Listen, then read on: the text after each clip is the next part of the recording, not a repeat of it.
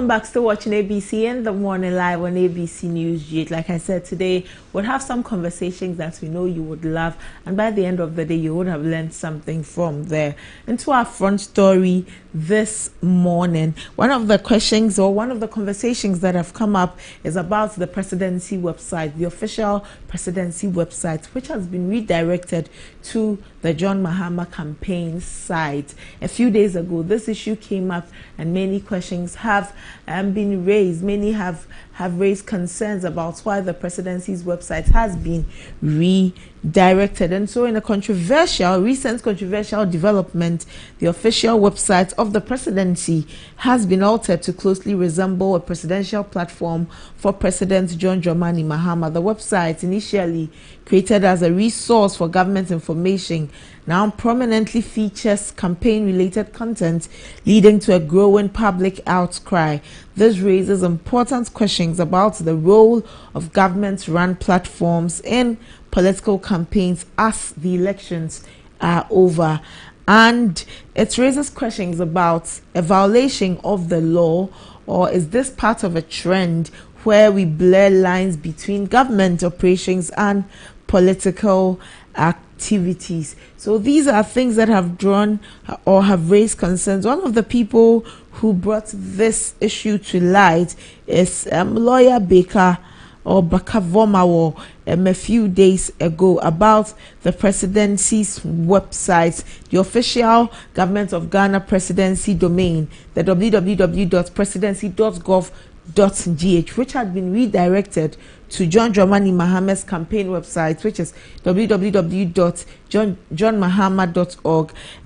Some people raised concerns about this, and on the other hand, others came to give some clarification about the fact that the main website was undergoing some restructuring, and so that's why it was redirected to the John Dramani Mahama campaign website. But because of these, we are not cybersecurity experts. We will have conversations with cybersecurity experts so that we could better understand what this means for us as a people, what also the kind of questions this raises to all for all of us. Why should a presidency website be redirected to a campaign website? Does it throw any concerns to us as a people? So we'll look at all of that. Why are we blurring the lines between governance and partisanship? These are questions we'll ask.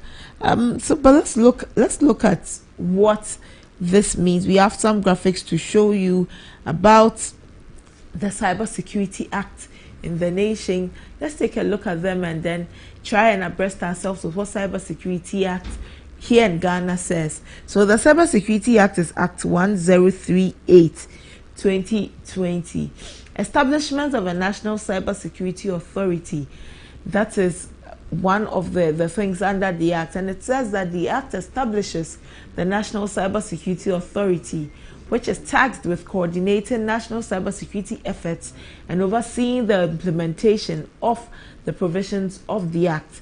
The authority is responsible for developing cybersecurity policies, strategies, and frameworks. So this is the work of the National Cybersecurity Authority.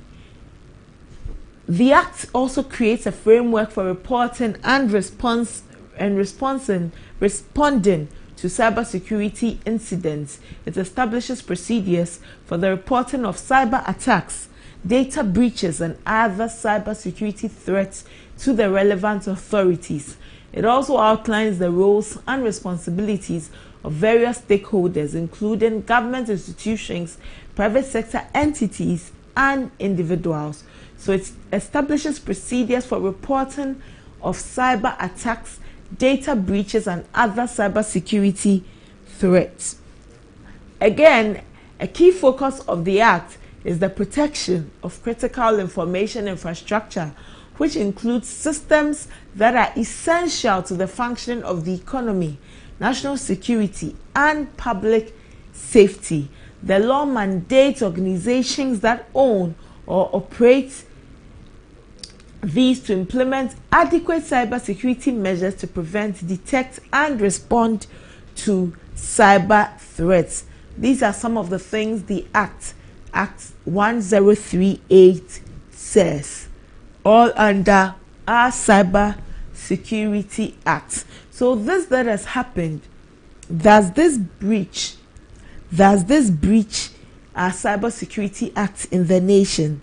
Does this breach our Cybersecurity Act in the nation? And we will have conversations with some experts so that we can better understand cybercrime and cybersecurity law enforcement under this Cybersecurity Act.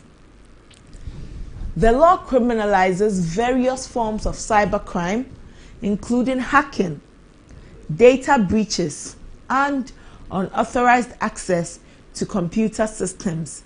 It establishes penalties for offenders, including fines and imprisonment. The Act also facilitates cooperation between Ghana and international agencies in combating cyber crimes. All of these find expression under the Cybersecurity Act of the nation. The Act emphasizes the importance of cybersecurity awareness and education.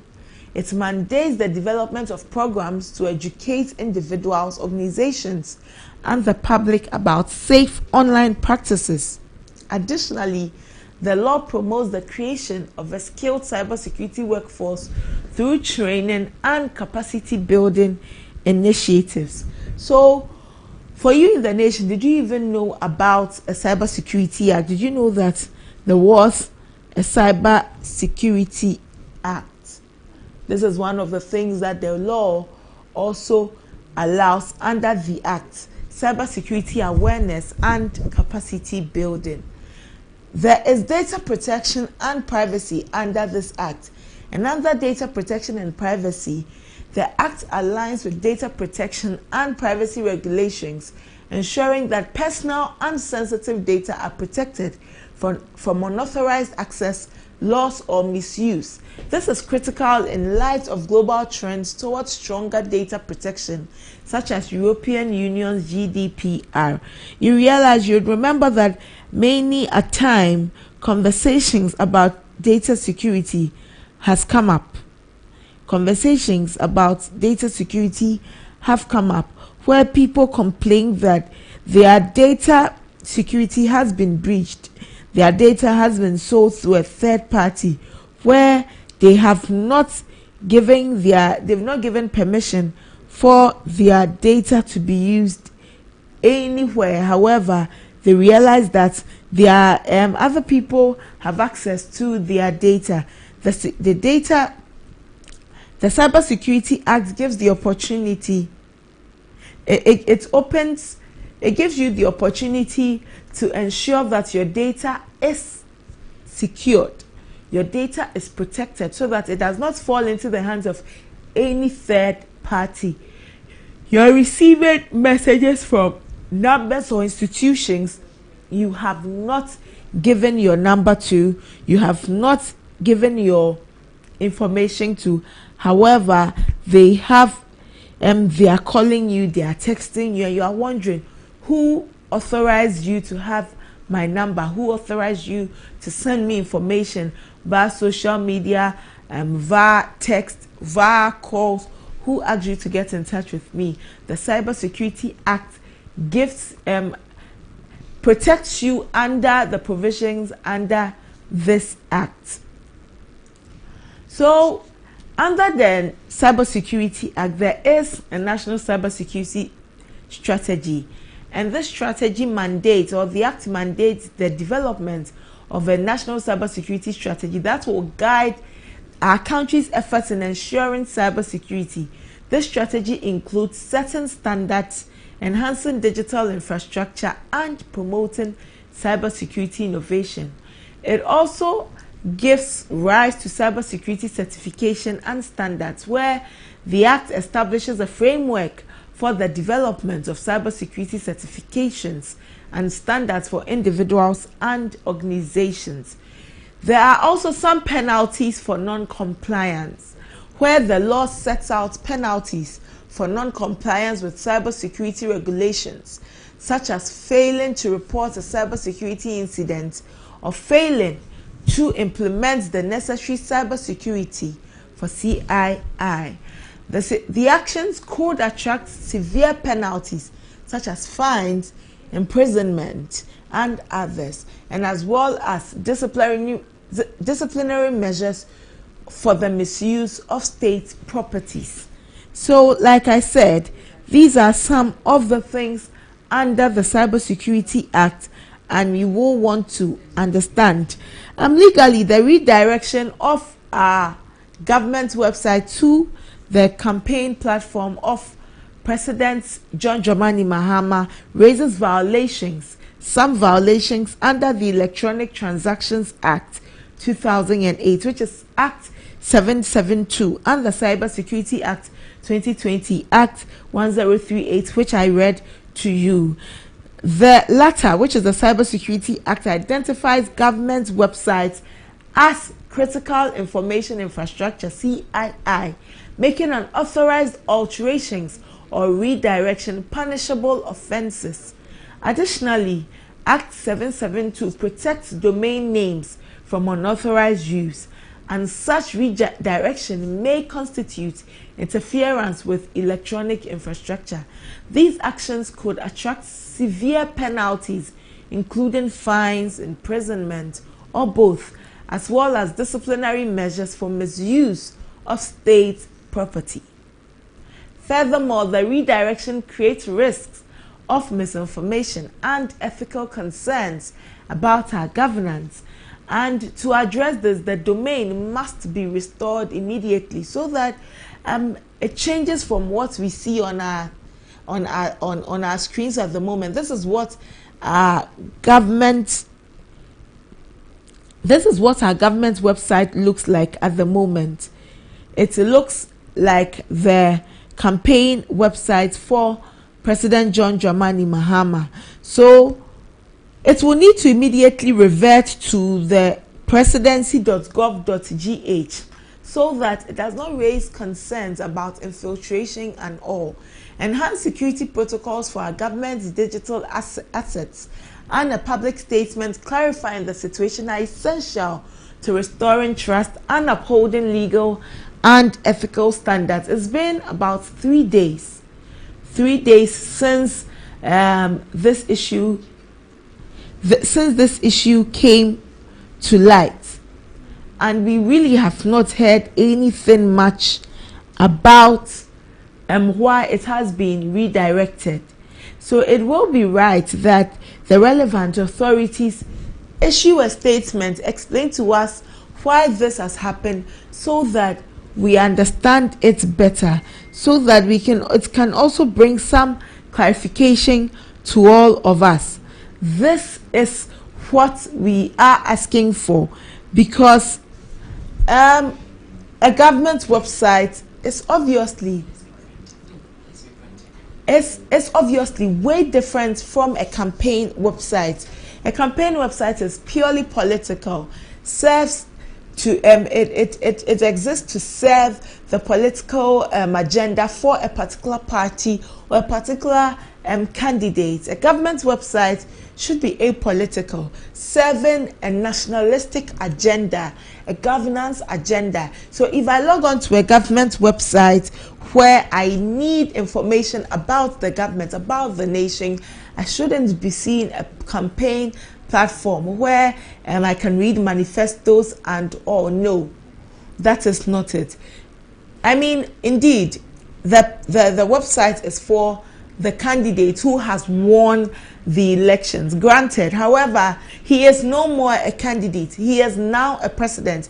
I shouldn't be reading his manifesto on a government website. If I want anything about him as a candidate and his manifesto and his party, I should log on to his campaign's website for that. So these create issues about the ethical breaches, the legal breaches, and the things that that do not augur well for our governance as a people.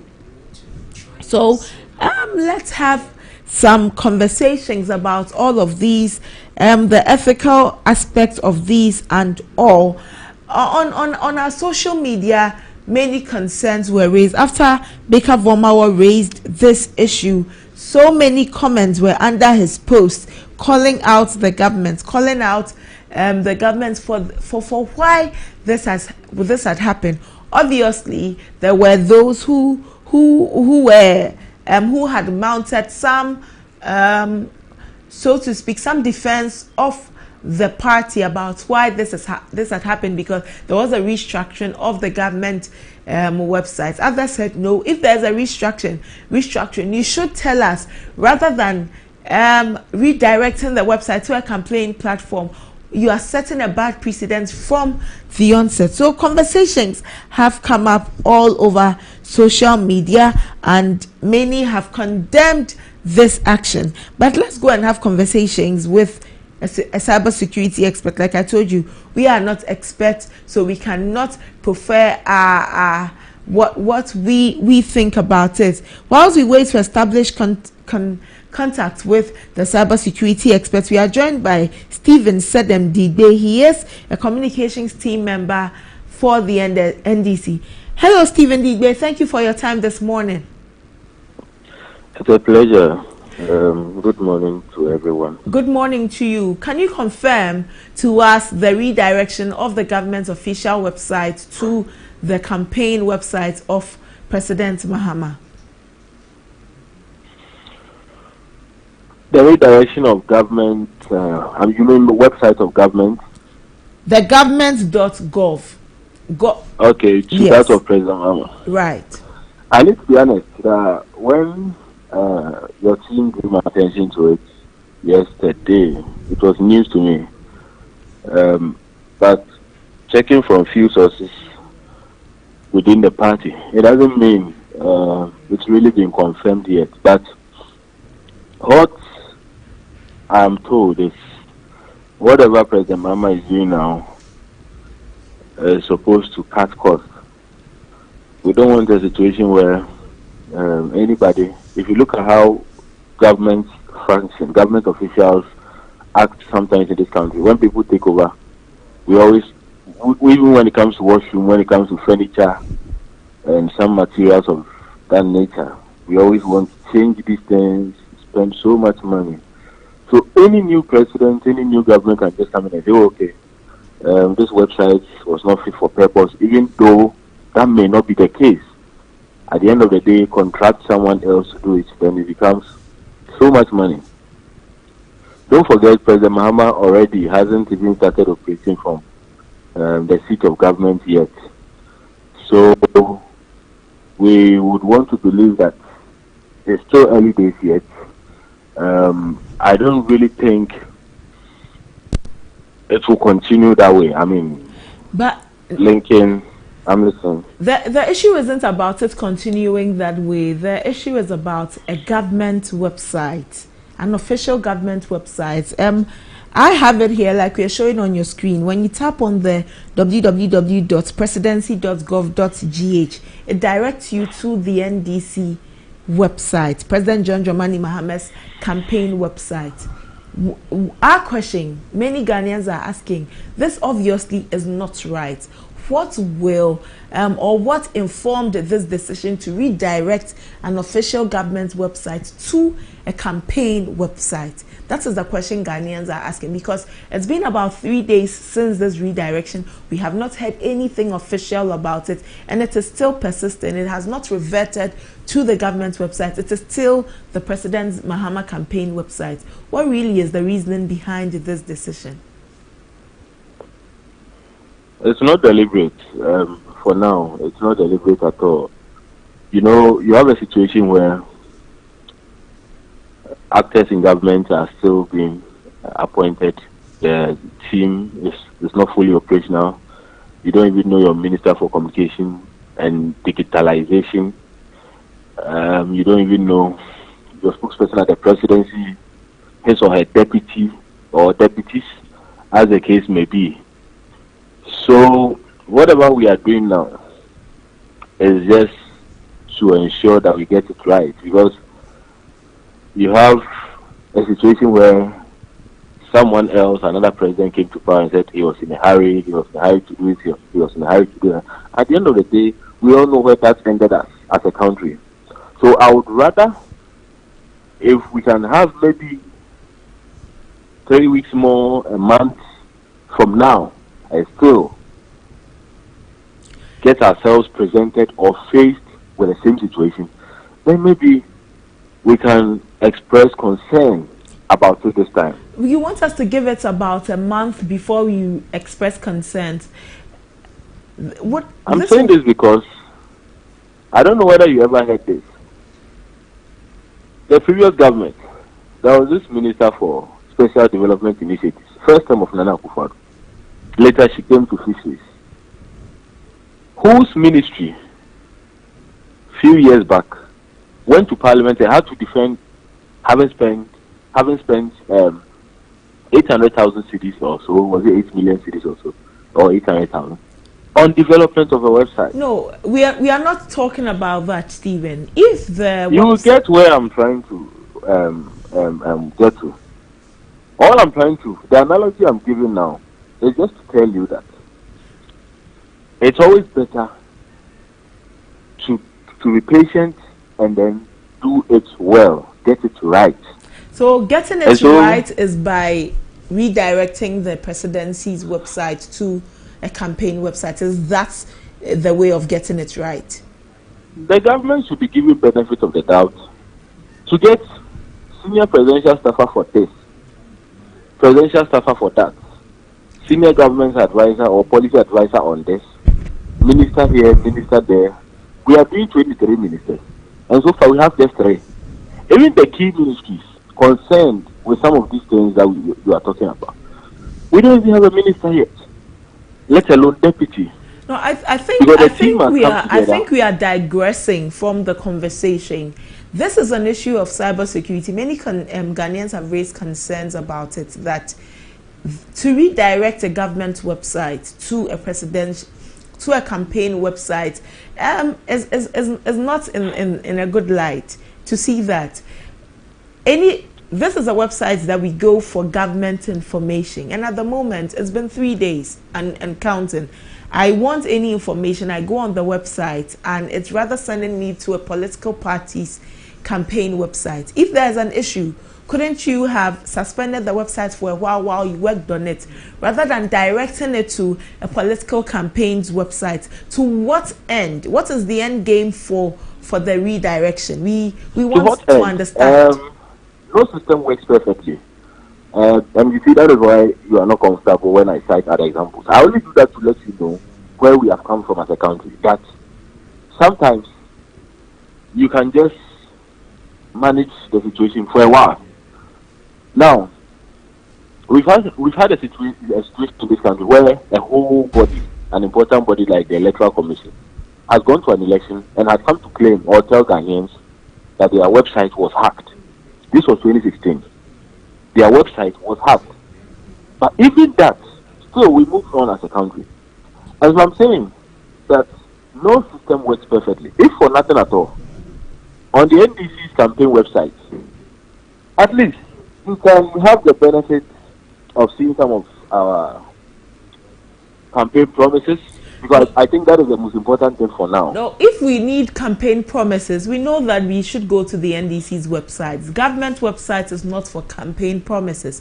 So not everyone knows that. So for instance, so then we are setting a bad precedent for the future. Tomorrow another party comes, also gives an excuse and says that this is why we have redirected the official government website to our party's website. Should we? A government can boast that I have been able to roll out Ghana Card successfully. I have been able to bring about NAPCO. I have been able to strengthen national health, whatever. The only place where you see these things is always the website. Is that not it? Right, but mostly, not a political that website. Is even for people. Well, that is even for people who really understand these things. For instance, 8 years of MPP government. I don't remember visiting any government website, hardly for anything. Mostly that is only if that is where I am assured of getting my information. But aside from that, I know, for instance, that I can listen or watch ABC News. I know, for instance, I can go to Facebook. I know, for instance, I can be on Twitter or go to Ghana Web or any of these online portals for my news. So we are saying that the British say patience moves mountains. Whatever it is, definitely it won't continue that way. The technical guys are putting things together. So you don't agree with those who say that you are misusing public resources and government infrastructure? Oh, not at all, not at all. If for anything at all, if it were you and I, for instance, I can just call some IT guys who will be more than willing to come on board anyway, and tell them, go and prepare a budget and come. $1 million, $900,000, $600,000. And you and I, and Ghanaians cannot say anything. It's not as if we don't know what we are about as a government. It's not as if we don't know what we intend doing. We've trumpeted it all over the place. We've spoken about it several times. We've published it all over. We still have some of these. We have details of some of these manifesto promises on our phones, in our books, here and there. But yet, and still, we want Ghanaians to know that this time it's not business as usual. I can just step out as an operative of government, or my police can do so, tell Ghanaians, I'm come to do A, I'm come to do B, I'm come to do C, and everyone is going to be happy. This time, we want the actions to be more. We want our work to speak for itself. But if your work is speaking for itself, redirecting a government website, many will really tend to disagree with what you're saying. And because it seems to suppose that you're defending the government because it is your party. The right thing must be done. A government website is a government website. A political website is a political website. If you want the good people of Ghana to know what you're doing, we believe that your work would determine for Ghanaians what you're doing. But to redirect a website in a bid to explain or to show Ghanaians that you are doing the work, doesn't it beg the question? If I'm defending my government, it's not only because I'm a member of that party, or I bear a card, or hold a position, but because the science, the early science, I mean, what we've seen so far, maybe apart from one or two things of this or that, some Ghanaians will complain about, the signs are good, and you would attest to that. You get it? Having met IPPs due to the threat of our energy sector, breaking down, giving us problems again, having issued directives here and there to the IGP to investigate deaf families who had to lose their loved ones, breadwinners, because of a mere democratic exercise for which we didn't see any action in 8 years, having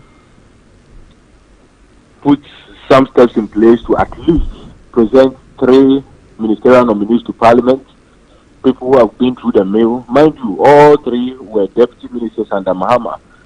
President Mahama himself, having gotten opportunity to be promoted by President Rawlings in '98. He earlier had served as a deputy minister to Dr. Kospio Gabra at the Ministry of Communications. This time he was promoted and made a minister. So President Mahama always wants to give an opportunity to those younger people in our party who are also coming from that background and so on. Well, I have no reason to doubt such a president. Portraits across, I'm told normally that is the first contract that every new government awards. Let's put my portrait in ABC News, the premises of ABC News. Let's put my portrait at the Ministry of Energy. That's not what we are discussing today. We are looking at the website. You said it looks like I'm defending my party, and I'm telling you that. Defending it on this issue, as we are asking. You said that there's nothing. You really said that. And I'm telling you that I can't be faulted because I have seen good signs, and I believe and trust. You know that kind of person that you don't trust, sending on an errand with your money. That kind of person you don't trust, that you don't believe in to go get something or go buy something for you. But there is another person that you can always trust 24/7, that you can always count on when it comes to anything that you urgently need. And I'm telling you, and that is why I believe there is nothing untoward as regards this website issue. I believe the intentions are clear, except to say that most of you are not seeing it now because maybe, for instance, this website issue, it is not right, it is not done. Granted, but we are saying that we want to cut costs, and that is why we have reduced the ministries from 30 to 23. Now, mind you, we also have people in our party whom we could have appointed onto all these positions to go and make money, to go and also ride in V8 and so on. But we believe that it's not business as usual. BBC reported it last 2 weeks that President Mahama promises new beginning, and every Ghanaian must have that in mind, come on board. We are saying that President Mahama doesn't need our vote again. I hope you know that. Our constitution is clear. It must be 2 terms. He's done his first term, he's doing his second term now. But even if that is the case, we know that Ghanaians are tired of always having to be disappointed, having to face a situation of despair, of hopelessness, of regrets, of broken promises here and there. This time, we believe we can get it right, and I want everyone, including all my friends and colleagues at ABC News, to also support us to achieve this. We are grateful for your time this morning. It's a pleasure.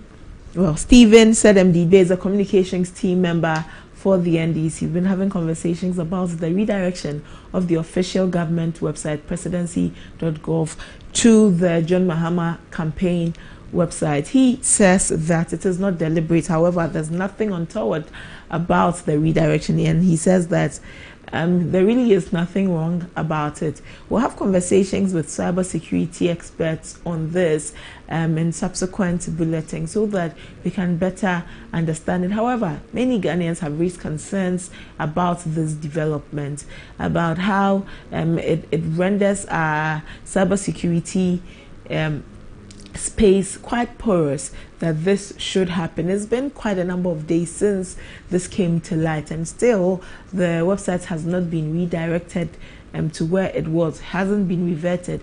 Neither has there been any official communication as to why this happened, and this sets a bad tone for certain things, because if another party comes into power and then does the same thing, they also get the opportunity to defend it by giving their own reasoning for it. But we should be able to find a clear distinction between government and political websites.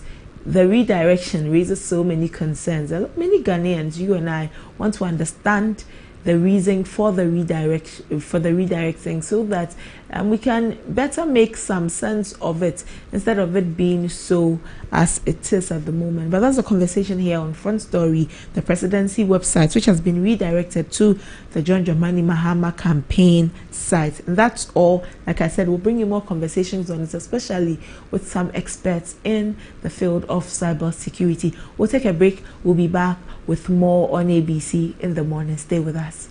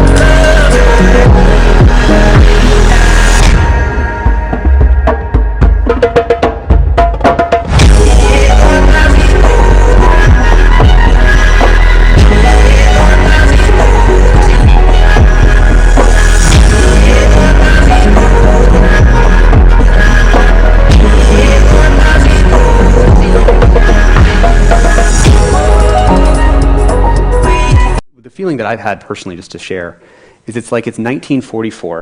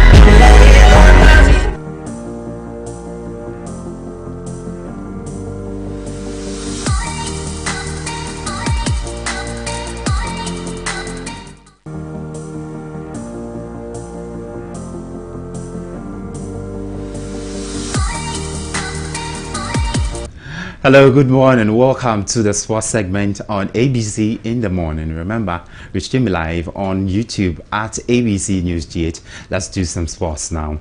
Now, the Ghana Premier League resumes this weekend after the completion of the MTN FA Cup round of 32, with 16 teams progressing to the next stage of the competition. Matchday 17 kick-off on Saturday, January 18, 2025, with an exciting clash between Accra Lions and Gold Stars FC at the Wafa Park in Sogakope. Now, the remaining 8 fixtures will be played across the country on Sunday, January 19, 2025. Asante Kotoko will host Premier League newcomers Vision FC at the Baba Yara Sports Stadium in Kumasi, while Heart of Oak travels to Samaboy to face FC Samatex 1996 in the weekend's top lineup. Other matchups include Insotraman FC hosting Karela United, Basakoli Stars welcoming Indiana FC at the Crosby Awua Memorial Park, and Mediama SC facing Berkum Chelsea at the Golden City Park. League leaders Heart of Lions will take on Nations FC, whilst Young Apostles will play Bechem United in the Bono Derby. Now, bottom side Legon Cities will battle Dreams FC at the University of Ghana Stadium in an eagerly awaited fixture.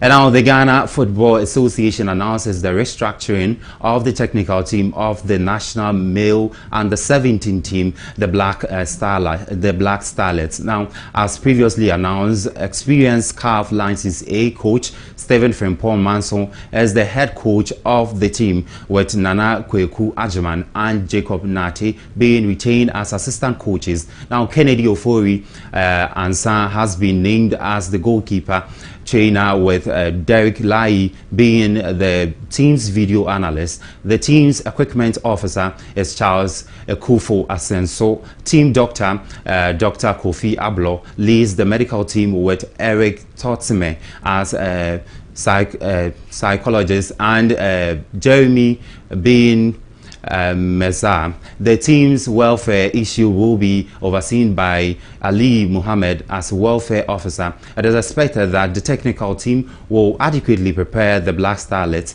for upcoming assignments in 2025, and in the foreseeable future, the Black Starlets will commence preparation for their assignments, with training camps to be announced in due course.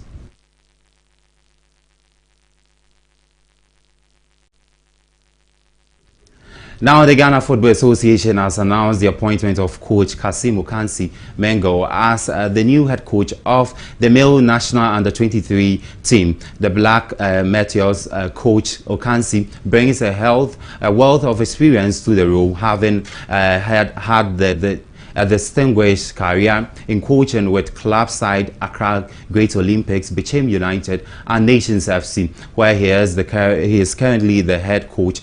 Coach Okansi Mengo, as he is popularly called, has also coached extensively at the academy and a second-tier level of the Ghana football, experiences which has equipped him with deep understanding of how the development talent from very early age. With passion from nurturing young talent, Coach Kassim Mengo is the ideal candidate for to lead the Black Meteors in their quest to regain their past glory. The team, which was the first African nations to win an Olympic medal in the Ghana football at the 1992 Olympic Games in Barcelona, Spain, is seeking to rediscover its footing as the powerhouse at its level in world football. Coach Kassim Okansi had a very active footballing career,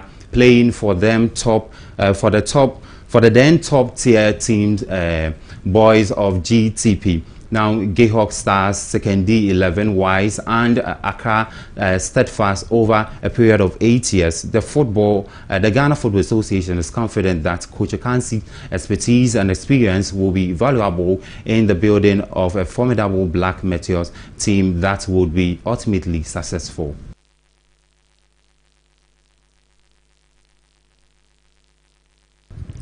And now, as we move to Nigeria, Eric Chell has officially taken the position as the head coach of Nigerian Super Eagles, becoming the 42nd manager in the team's illustrious history. The unveiling ceremony occurred on Monday at the Moshood Abiola Stadium in Abuja, with notable figures such as Chairman of the National Sports Commission, NFF President Ibrahim Gassau, and Secretary General Mohammed is in attendance. At 47, Chell makes history as the first non-Nigerian African to lead the three African champion team. Now born in Cote d'Ivoire to Malian parents, Chell holds dual Malian and French citizenship. Former Mali international defender, he joins the Super Eagles after resigning from his position as head coach of the Algerian club Marc Oran. And now Chell brings extensive experience from his playing and coaching stints in Africa and Europe, promising a fresh perspective from Nigeria football.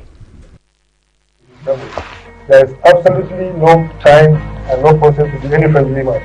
We are going straight to the qualifiers to grab the result. We want somebody that understands the mentality of African football.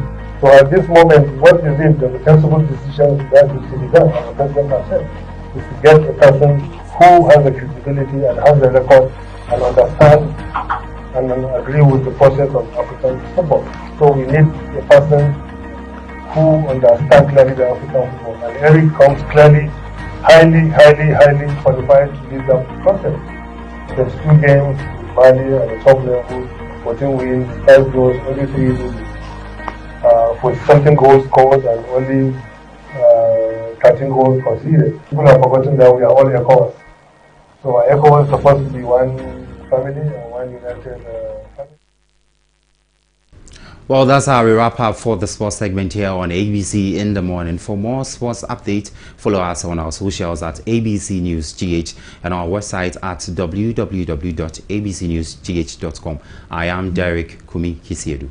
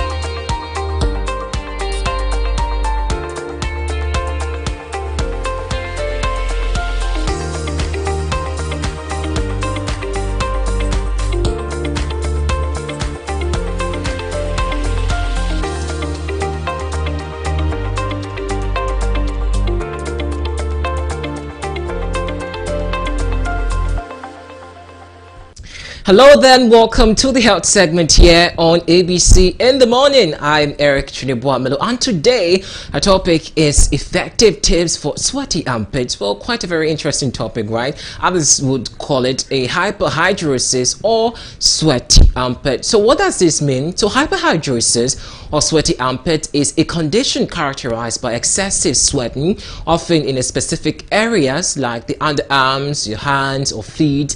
Now, while this sweating is a normal bodily function, but those which happens to be hyperhidrosis experience it far beyond the body's typical need for cooling, leading to discomfort and embarrassment, and sometimes also social anxiety. So let's also treat hyperhidrosis and also see how we can also persist throughout life in making effective management essential for quality life. So here are some practical and medical strategies you can also use to manage a sweaty armpit, especially if you're watching me and you're someone who has a lot of sweat under your armpit. It means that you have to pay attention to it. So first, you have to use topical antiperspirant. Now, this is quite, I mean, most of us don't pay attention to it, but switching from regular deodorant to a clinical strength antiperspirant can be one of the most effective way to manage hyperhidrosis. Now, while deodorants mask other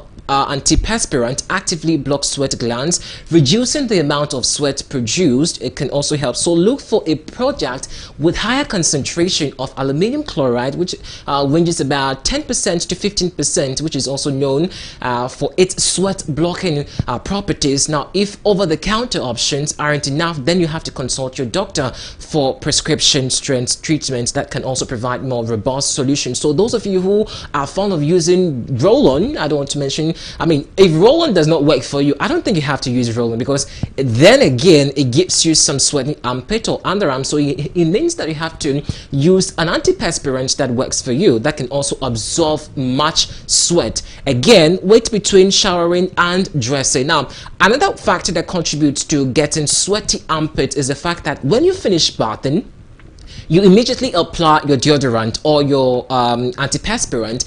You have to take in between some few minutes, make your underarms, I mean, the water under your arms relax a bit. So after showering, give your skin time to cool down and dry before getting dressed. Now, this simple step is especially beneficial if you live in a hot or humid environment, as a presence of sweat from accumulating immediately after your shower. So allowing your skin to dry thoroughly can help you stay sweat-free longer during the day. So kindly incorporate this. Don't immediately apply your roll-on or your deodorant after you finish bathing. Taking some period and allow your underarms to at least cool down, the moisture over there to at least dry before you can also apply your perspirant or your deodorant. Again, one factor that contributes to sweaty armpit, a lot of you are, I mean, victims of, maybe is a normal conversation, shaving of your armpits.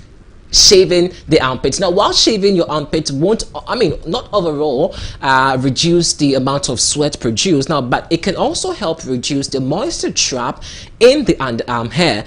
Sweat and bacteria can linger in the underarm hair, and it can also contribute to body odor, especially under your armpit. So by shaving, you can make your skin more breathable and reduce odor, improving your comfort and confidence. So imagine you have a bushy underarm, like your armpit is very, there's a lot of hair under your armpit, and you're also applying a roll-on or a deodorant over there, and you're watching under a scorchy sun. You don't expect to have a very smooth and dry underarm like I have right now. You're always going to experience sweaty armpits, which may also result to some uncomfortable breath over there. A lot of people will not find your breath, I mean your appearance, very attractive in terms of the smell that comes out from your body. So shaving is very important. Again, skip the caffeine. I mean, a lot of people do taking caffeine. I'm not saying it's not advisable, because I don't know how it works for you, but caffeine is known to stimulate off the nervous system, which can also trigger excessive sweating. So coffee, tea, caffeinated sodas, and even chocolate can also exacerbate symptoms of hyperhidrosis by activating your sweat glands and also increasing your heart rate and blood pressure. In that, it means that you have to cut back on some of these foods and drinks, so it can also help you reduce the frequency of the intensity of sweating episode. Now, sweating itself is not a bad thing, but where you sweat and it gets to a point where it's absolutely unbearable for people to contain, especially in the underarms, and that thing is really not so pleasant again. So you have to incorporate that. Avoid sweet inducing foods and beverages. Now that can also be a factor of you getting a sweaty underarm. So certain foods can trigger a type of hyperhidrosis called gastrite, and that means that it will lead to sweating during the meals, especially when you eat spicy or acidic foods, as well as alcohol, a common culprit. Reducing in your intake of these foods can also help you prevent unwanted sweating, particularly when eating in public or during social situations. Maybe before I go, consider medical treatments. If lifestyle changes and of all the counter products that you provide is not enough for you to get the relief under your armpits, it means that there's more intensive treatment available that you can also take. So options include prescription strength, topical treatment, Botox injection to also block the sweat glands, and you can also seek for a mild electrical current to also reduce your sweating. And in more severe cases, surgery also to remove sweat glands can also be done, but with that you have to consult with your healthcare provider to also explore which treatment might be best for your specific situation. So in general, managing your hyperhidrosis effectively requires a combination of lifestyle adjustment and also very necessary visiting your medical for some intervention. So by adopting these practices like using clinical strength antiperspirant, adjusting your diet, and wearing breathable clothing is, I forgot to even mention that wearing breathable clothing, you don't always have to wear things that tie to you, especially within this part of your body. Underarms, it's supposed to be loosened so at least air could pass through and not touch or trap in so much of sweat. So you can also significantly reduce your underarm sweat and improve your comfort and also walk in confidence. So if these measures aren't enough, well, seek medical treatment, and for additional relief, it's also important to consult a healthcare professional to find the best solution tailored to your needs. But that's all for health tips here on ABC in the morning. I'm Eric Chinibuamalo. Don't forget to take these precautions I've outlined. You can also seek again medical care if these procedures is not working for you. It's very advisable. Maybe it's something that your body is not really adjusting to, which I'm sure a medical consultant would help you with that. But that's all once again for health tips. I am Eric Chinibuamelo. The show continues shortly after this break. Do stay.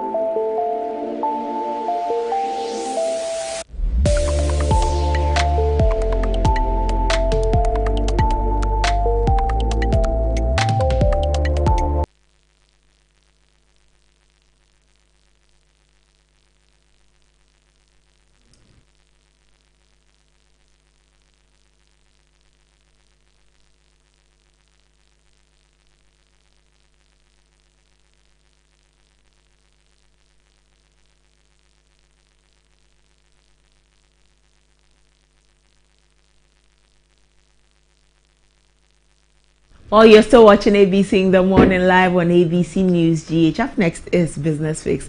And on Business Fix today, we are looking at the cocoa sector. The cocoa sector seems to always have a very prominent feature here on our Business Fix. And what is the new thing? It is not too new, but it is also new in some cases about the price of cocoa, the reviewing of price of cocoa. At the moment, cocoa, a 64 kilogram bag of cocoa stands at 3,100 Ghana cedis. But the NDC has been saying in a while now that they will be reviewing the price of cocoa to 6,000 Ghana cedis. And in latest development, the finance minister designate Dr. Kazel Atoforson has expressed his commitment to ensuring fair pricing for cocoa farmers through collaboration with the incoming minister for agriculture.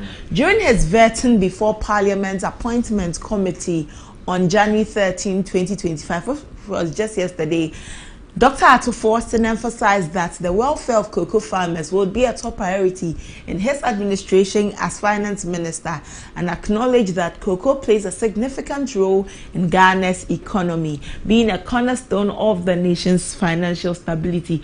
Everybody knows that the name Ghana is synonymous to cocoa. Dr. Atoforson expressed his determination to work alongside the new agriculture minister to ensure that cocoa farmers receive equitable compensation for their hard work. And during his vetting, he reflected on his previous efforts to support cocoa farmers, noting that over the past 8 years, he has consistently advocated for fair pricing. However, he raised concerns about the alarming decline of the sector, stressing the urgent need for corrective measures to address this rapid deterioration. And he proposed a comprehensive strategy which includes reviewing farm gate prices and revitalizing the cocoa industry, clarifying that while Ghana Cocoa Board, which operates under the Ministry of Agriculture, falls outside his direct jurisdiction as Minister of Finance, he would still advocate for a policy change to benefit farmers. These are some of the things Dr.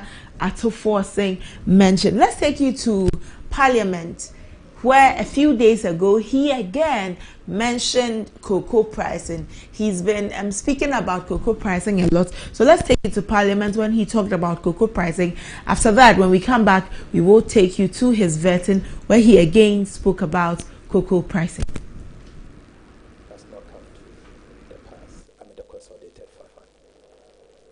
Cocoa money is outside the consolidated fund.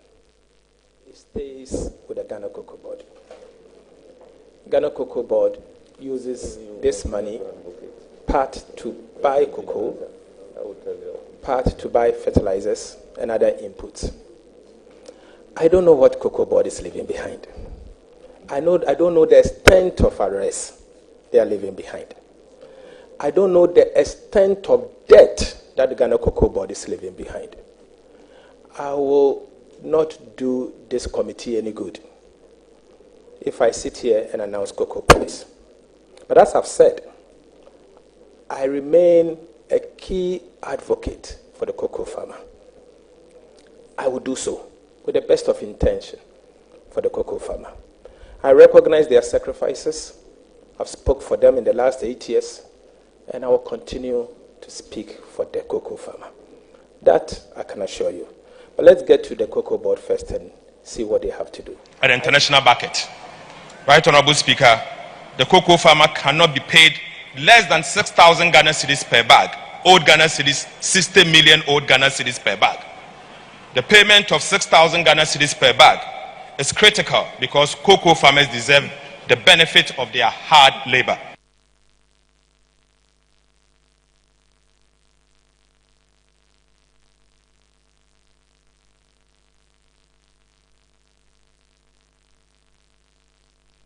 Also, was the Finance Minister designate Dr. Cato Ato-Forson on the floor of Parliament, where he talked about cocoa. Again, he's reiterated his dedication to ensuring that cocoa farmers receive a fair price for their produce. And despite his limited authority over the cocoa board, he has assured that farmers, he would advocate for farmers. He would be their advocate, that is what he said, and says that as a minister, I'll be the champion for cocoa farmers and I'll make sure that they get a fair price. Does not come to the past. I mean, the consolidated fund. Cocoa money is outside the consolidated fund. It stays with the Ghana Cocoa Board. Ghana Cocoa Board uses this money part to buy cocoa, part to buy fertilizers and other inputs. I don't know what Cocoa Board is leaving behind. I don't know the extent of arrests they are leaving behind. I don't know the extent of debt that the Ghana Cocoa Board is leaving behind. I will not do this committee any good if I sit here and announce cocoa price. But as I've said, I remain a key advocate for the cocoa farmer. I will do so with the best of intention for the cocoa farmer. I recognize their sacrifices. I've spoke for them in the last 8 years, and I will continue to speak for the cocoa farmer. That I can assure you. But let's get to the cocoa board first and see what they have to do. I still maintain that the price they are paying the cocoa farmer is inadequate. I maintain that is inadequate. Thank you. And there is more room for improvement. Okay, so that's the finance minister designate and what he has said about the cocoa farmers and going to be a strong advocate for them. Let's go to the people that are directly affected by cocoa pricing in this country. We've been speaking with them over and over again. This is a new development. It's just right that we go back to them. Isifu Isaka is the national president for the Ghana Cooperative Cocoa Farmers and Marketing Association Limited. Good morning, Isifu. Thank you for your time once again. Good morning. I hope you are doing well. I'm fine, thank you. I hope you're also fine. By the grace of God. The Minister of Finance designate obviously doesn't work directly with with cocoa farmers, but he's been very vocal about your plight. Yesterday during his vetting, he has again said that he will be a strong advocate for cocoa farmers. What are your expectations from him as he looks to assume this role as Minister of Finance? Thank you very much for the opportunity once again. I would want to say that is a good news and news in the right direction. First of all, we want to thank the Minister Designate for Finance, Honorable Cato Ato-Forson, for putting his effort to support farmers to get a fair price as far as the cocoa value chain is concerned. I quite remember during the campaign, Honorable Ato-Forson was one of the key people who spoke much in the cocoa sector. I remember he went to Mpoho, and on the gathering, he made it clear that he will ensure that as the price cocoa farmers were receiving 3,100, if it were to be the NDC government that would have been in power by then, they could have been paying 6,000 Ghana cedis to cocoa farmers. That was around October, November, thereabout. So still repeating his words, and this year, this is the second time, because on the floor of Parliament, he made the same submission, and yesterday too, he made the same submission, which to me, I believe it is a good news, just that we have to throw our support behind him for the right thing to be done, such that at the end of the day, cocoa farmers can earn a fair price. Okay. Now, I would want to put the fair price in context. If we say a fair price, it means a price that is reasonable for your output. So to me, as we speak now, cocoa is trading around $11,000 per metric ton. So if you are to say cocoa farmers should receive a fair price, at least 70% of this $11,000 will let us achieve a fair price. And 70% now is around 8,000 Ghana cedis. So when Honorable Atoforsen made the comment around October, November, cocoa was trading around $9,000 at the international market. Today, there has been an increase of $2,000 in addition, which cocoa is trading now around 11,000. So if you do your mathematics, then it means that at least you've gotten some 15 to 18% increment. So now we would say that it may not be 6,000 again, but at least cocoa farmers could get something above 6,000 Ghana cedis. Something above 6,000 Ghana cedis. Give us a range that they should be working with, since you say that the price has increased between then and now. This is a simple mathematics. If cocoa is trading around 11,000 and we are selling, and truly the information we have is that even some traders are buying above the international price because of the scarcity of the cocoa beans, and the demand level is very high. So many companies are not able to procure cocoa beans. Therefore, they have to buy above the international price. So some traders are buying 12,000, 13,000, which to me is a good news. So the range that we are looking for, if you take the exchange rate, if the exchange rate is 15 Ghana cedis and cocoa is trading around 11,000, you multiply 11,000 by 15 Ghana cedis, at least you will know the price. So if you have to pay 70% out of that, it will be around 7,500 to 8,000 Ghana cedis. Okay, 7,500 to 8,000. But then, Isifu, some will say that you've been drumming home 6,000 for a while now. Now that it looks like a new government will be giving you that price, and you have also upped your pricing, won't it look like you are asking for more? Wouldn't you just wait for 6,000 and then advocate for another? We are not asking for more. That is what is due us. Okay. That is what is due farmers. We have to take what we deserve or what we have to get. Not that we are requesting for more, or not that a government has prepared to be giving us 6,000, therefore we should be satisfied with. Cocoa farmers, we are investing a lot in the cocoa sector. And as we speak now, the challenge in the cocoa sector today is very numerous. And if things are not put in the right direction, Ghana, we are nearly collapsing our cocoa sector. Because as we speak, there is no funding for cocoa pitches. You can, as the president, every day I receive calls across all the cocoa regions, and farmers have cocoa beans, and LBCs are not having money to buy this cocoa. Myself, I have cocoa, no money to buy. So all these situations put farmers in an angle where farmers lose interest in the cocoa sector. A maize farmer, after harvesting his maize, ready market, he takes his money. Cassava farmer, after harvesting his, getting his cassava, this is money. Every commodity in the agri sector, the moment it is ready, look at how onion, tomatoes, pepper, and other things, people are chasing them with money. But the cocoa sector, as we speak, a commodity that is giving Ghana around 30% GDP, and at the end of the day, cocoa farmers, after getting cocoa beans, even do not get buyers to buy. Meanwhile, at the international stage, that is not how it is. The demand at the international level is very high. So what is putting Ghana into this position whereby cocoa farmers are not getting money out of their cocoa process? So what we are saying is that our business is our business. We understand our business.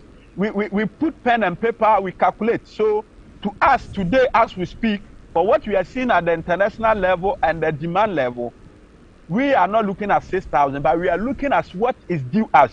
So if it is 8,000 that is due cocoa farmers, government have to pay 8,000. All right. Well, do you think that if we had a lot of cocoa chocolatiers in the country, many people who use cocoa for their products, farmers would be able to make more money? Is it because you have to send everything outside of the country that is causing your cocoa to stay in your farms or in your warehouses instead of the sales? Yes, it is because how the cocoa sector is being managed in Ghana. Ghana, Cocoa Board as the regulator is the sole marketer of cocoa bean. And what has happened for some time now is that LBCs have to go and raise money. And before then, Cocoa Board has to pre-finance LBCs with this syndicated loan and other things for them to come and buy from the farmers. But this time, the government has stopped pre-financing LBCs. So LBCs has to go to banks, look for loan, and come and buy the cocoa from the farmers. Then take the cocoa to Cocoa Board. And before Cocoa Board will pay them. But the truth of the matter is that for some time now, the LBCs have been suffering. They've been gone bankruptcy because even the cocoa that they've purchased from the farmers using their own money, and they take the cocoa to Cocoa Board. Cocoa Board doesn't pay them on timely. Cocoa Board doesn't pay them on timely. And as we speak, Cocoa Board is owning several LBCs. Just yesterday, I was speaking to one managing director of one LBC, and he told me Cocoa Board owns him around 80 million Ghana cedis. And how would he raise another money to buy a cocoa from a farmer if Cocoa Board owns that company 80 million Ghana cedis?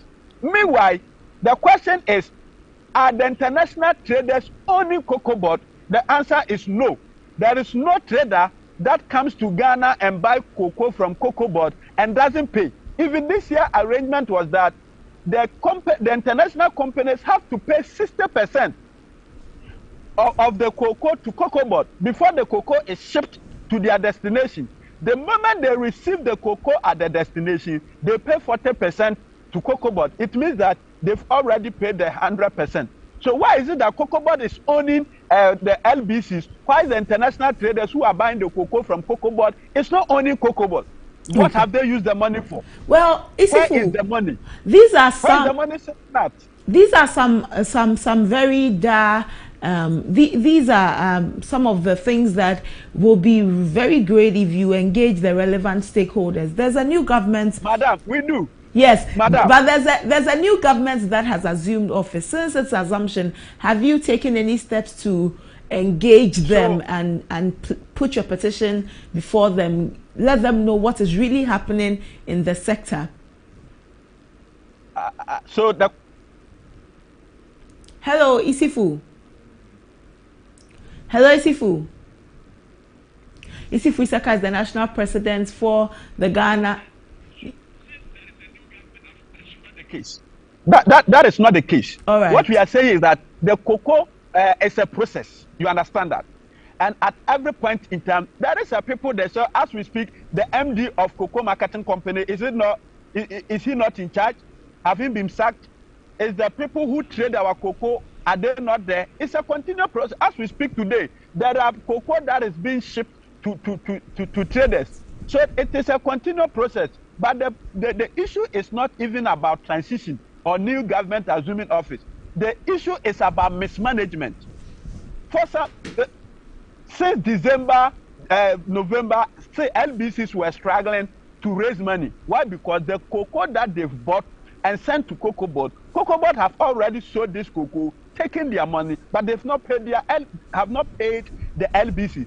So this is a systematic problem, not just because of the transition or because of the election. Every year it happens. Last year it got to a time LBCs were not getting money to pay farmers. So to me, I would advocate that if that is the case, Cocoa Board as the sole marketer of cocoa bean, they should review this regulation so that this autonomous or monopoly act of Cocoa Board will not be in place for them to be putting pressure on LBC and farmers. At the end of the day, it's the farmer who suffers. Traders are complaining, LBCs are complaining, cocoa farmers are complaining.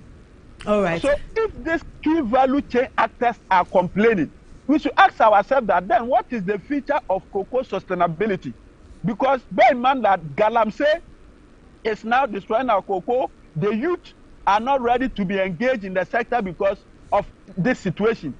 If myself, I have a cocoa bean, and for some 3 weeks now, I've not been able to sell this cocoa to take money, and my son is with me, and knowing the condition I'm passing through, even maybe I want money to go and pay my son's school fees, and I'm not able to sell my cocoa to get money to pay my son's school fees. Do you think my son will be ready to take over if I'm not alive for the cocoa activities? No. Okay. So there is much mismanagement in the cocoa board sector, which to me, as the president have already promised that he will make sure that the cocoa board activities are reviewed, and he will make sure some of the things will be scrapped. We are looking forward to seeing that, so that we can protect the cocoa sector. Well, Isifu, thank you for your time this morning. You have raised quite a number of issues, so we'll be looking at them, and hopefully we'll come back to you so that we have more conversations. But I'll be looking forward to your stakeholder engagement with the relevant authorities so that we can have more conversations on that too. We've begun that. Even next week, we are engaging some key stakeholders in the cocoa sector. We'll be engaging the World Cocoa Foundation. We'll be engaging the Netherlands Embassy and other key stakeholders as far as the cocoa value chain is concerned. Then we'll be looking forward to your conversation. Always give you feedback on it. Right. Most grateful for your time this morning, Isifu. Isifu Saka is the national president for the Ghana Cooperative Cocoa Farmers and Marketing Limited. He's raised quite a number of concerns. He says that indeed 6,000 was what the new government had promised. But if you were going to look at the cost and how prices have increased now, and you would want to pay them fair prices, as he said, then we should be looking at a range of between 7,500 to 8,000 Ghana cedis per 64 kilogram bag of cocoa, and says that this range is what is due farmers. We'll bring you more conversations about cocoa. It is a never-ending cycle, so anytime there are new developments, rest assured we'll bring you all of those developments here on ABC in the morning. That's all for Business Fix. We'll be right back with our main discussion.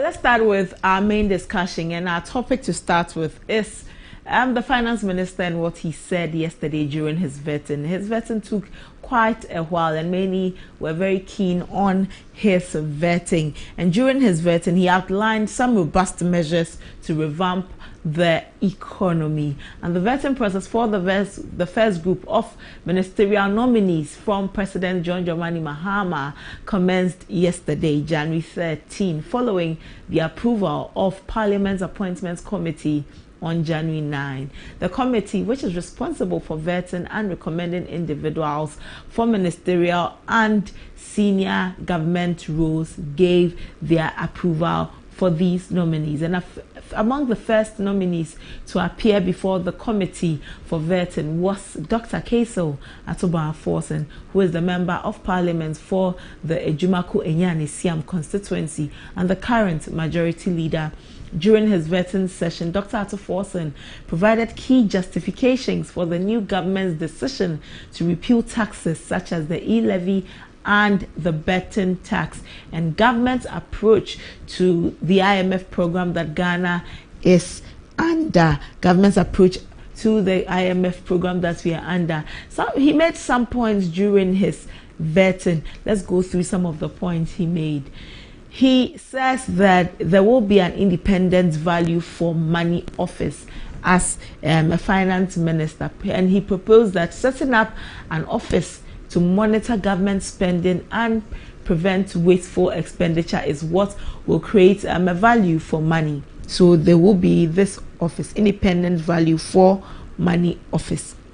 He also, in his speech, spoke about efficiency and fiscal discipline, where he stressed the need to prioritize efficient use of state resources and ensure fiscal responsibility.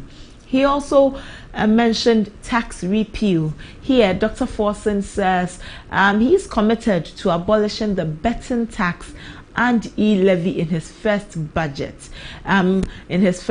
Should he be confirmed as the finance minister. And he also touched on stabilizing the cedi, where he highlighted the importance of closely collaborating with the Bank of Ghana to stabilize the cedi and ensure its long-term sustainability. He also looked at the reintroduction of road tolls. Dr. Forson discussed the government's plan to bring back road tolls as part of their fiscal strategy. This issue about road tolls got a lot of Ghanaians talking, going as far back as 2017 to bring back some of the things he said about road tolls. If we have time, we'll show that to you. And he also mentioned some goals about the inflation control, where he outlined a goal to reduce inflation to single digits, targeting around 8% with a possible plus or minus 2% margin. Will he be able to reach this target? We all are looking forward to that. Some have expressed their confidence in him, whilst others are skeptic about this target he's looking at. He also looked at addressing unemployment, where he emphasized the need to establish skill training structures to combat unemployment. And on the issue of domestic debt exchange program, he acknowledged the challenges from the program and expressed commitment to resolving these challenges that we saw in the program. He also says that as finance minister, there will be a focus on job creation and the reduction of commodity prices. And he says that he aims to be remembered for creating jobs and making essential goods more affordable. That is what he's looking at being remembered for as a finance minister of the nation. And he also mentioned his commitment to free SHS, where he reaffirmed the government's commitment to continuing the free senior high school program. So we'll go and take what happened or transpired at the vetting. He's with the e-levy, the betting, and cutting down on borrowing. We'll be back. Take a look at this and listen attentively. Taxes out there are not bringing in the revenue that it should. For example, the betting tax is bringing in less than 50 million Ghana cedis a year. It's a nuisance tax. Scrapping 50 million Ghana cedis will not mean anything in a way that will affect the economy if you are to adjust, particularly from the expenditure side. I mean, the noise with the betting tax and all does not comprehend the imposition of such a tax. And so I believe that scrapping such a tax will not necessarily affect the forward march of the Ghanaian economy. Mr. Chairman, my position on the e-levy is well known. I do not intend to run from it. I've written articles against the e-levy. I championed opposition against the e-levy. I still stand by them. Mr. Chairman, the e-levy is neither a direct tax, indirect tax, or an excise tax. I don't know how to classify the e-levy as a tax practitioner. Mr. Chairman, it doesn't mean that I do not recognize that the e-levy brings in certain revenue.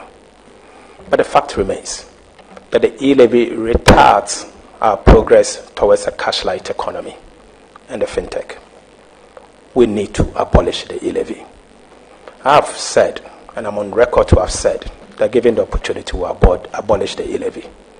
I want to restate that position, that if approved as part of the first budget, I'll be privileged and I will announce that we will abolish the e-levy as part of our first budget, recognizing my earlier stance and the commitment that His Excellency the President Mahama, said that as part of our 120 days agenda, we will abolish the e-levy. We stand by that, and I can assure you. As Dr. Kaysel Ato-Forson on some of these taxes that will be scrapped, but in scrapping these taxes that they call the nuisance taxes, government has been advised to consider alternative means to raking in revenue, because one of the issues is about taking out the taxes and finding ways of plugging the hole, because would you take out the taxes and then bring back the taxes in another form? So an alternative is what has been mentioned, and Dr. Ato-Forson spoke about the road toll system.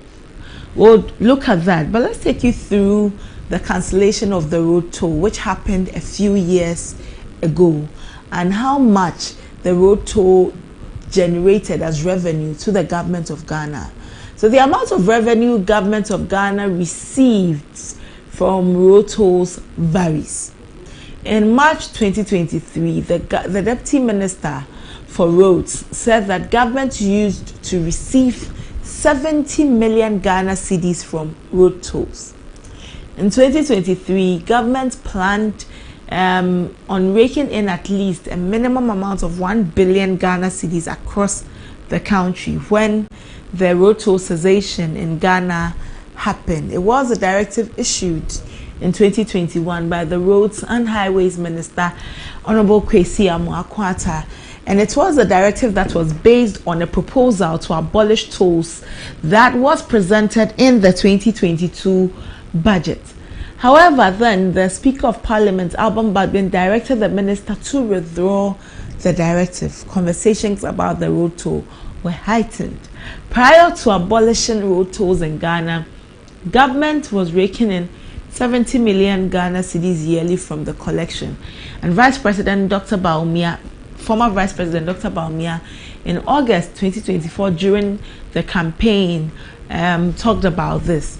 However, he said that if everybody paid the tolls, the state could have generated some 2 billion Ghana cedis per annum. This raised questions about why then we removed road tolls when we knew that it was bringing in that amount of money that the country needed.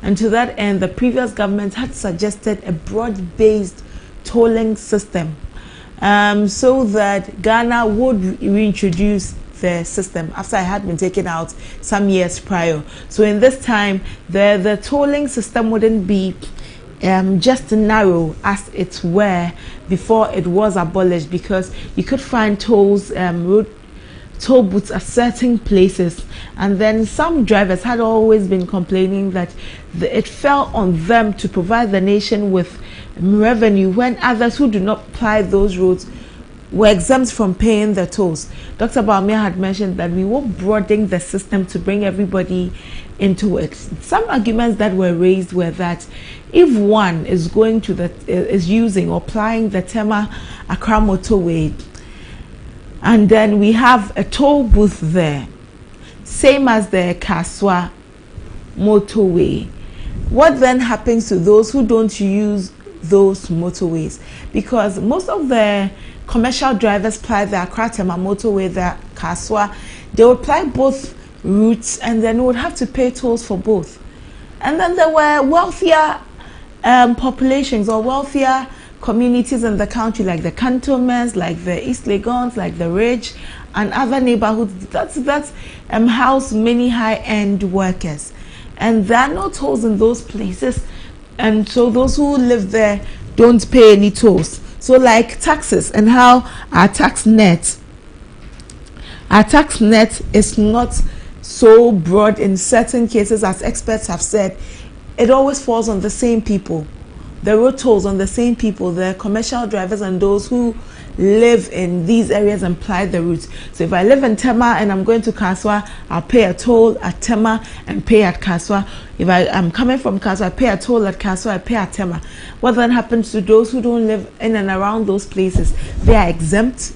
And so it meant that we needed to broaden our base when it came to the tolling, so that it would include a lot more of the Ghanaian populace, a lot more people, so that many will pay the tolls and then would see more money from that, so that we will see more money from that. Because one of the concerns was that there was no equity in the payment of tolls. There was no equity, no inequality in the payment of tolls. The burden was basically solely on the shoulders of the few that had to pay the tolls day in and day out. Again, I link it with our tax bracket, where concerns have been raised that our taxes are narrowed to a certain bracket, and so they are burdened by the taxes. Moving on, the Roads and Highways Ministry clarified that their directive was to suspend toll collection, not to abolish the law. But what did we see? Was it a suspension? Nope. Because for so many years now, there have not been collection of tolls on our roads. If you were using the Amahia, Dodowa, Ebri Road, when you got to the toll booth, you would pay some tolls after Oyarifa. Now it's not like that anymore. The Speaker of Parliament also had argued that the executive could not suspend the law without consulting Parliament, and so what the executive sought to do was moot. And the Speaker of Parliament also argued that the minister had no legal basis to issue that directive that the Speaker quashed earlier, as I mentioned. And in May 2024, Vice President Dr. Mahmoud Bawumia called for the reintroduction of road tolls to generate revenue for road infrastructure. Road tolls to generate revenue for road infrastructure. Many welcomed it, whilst many also said that no, when you abolish the road toll, you abolished it to introduce e-levy. We were paying money on the monies we were sending every time. Why then do you want to now bring back tolls? It was one for another. So if one is still in existence, we do not need the other to come back into existence. And these were some of the concerns Ghanaians raised about the reintroduction of road tolls. Former Finance Minister Dr. Mohamed Amin Adam appeared before Parliament. And when he appeared before Parliament, he sought to facilitate the process of the reintroduction of tolls in 2025, where he made a statement when he was presenting the mid-year budget review on July 23 last year. He spoke about the reintroduction of tolls and why we need to reintroduce it. Minister-designate again, Cato Latu-Forson, has stated his position on road tolls, the cancellation of road tolls and all. Let's take you back to yesterday's vetting and listen to what he said about road tolls. The previous government indeed removed the road toll, but getting to the end, they signaled that road toll is coming back. Mr. Chairman, they submitted to Parliament, it was not late, a concession agreement with a company to reintroduce the road tolls. I have a copy. Mr. Chairman, the NDC indicated from day one that the road toll will come back. We are not running away from it.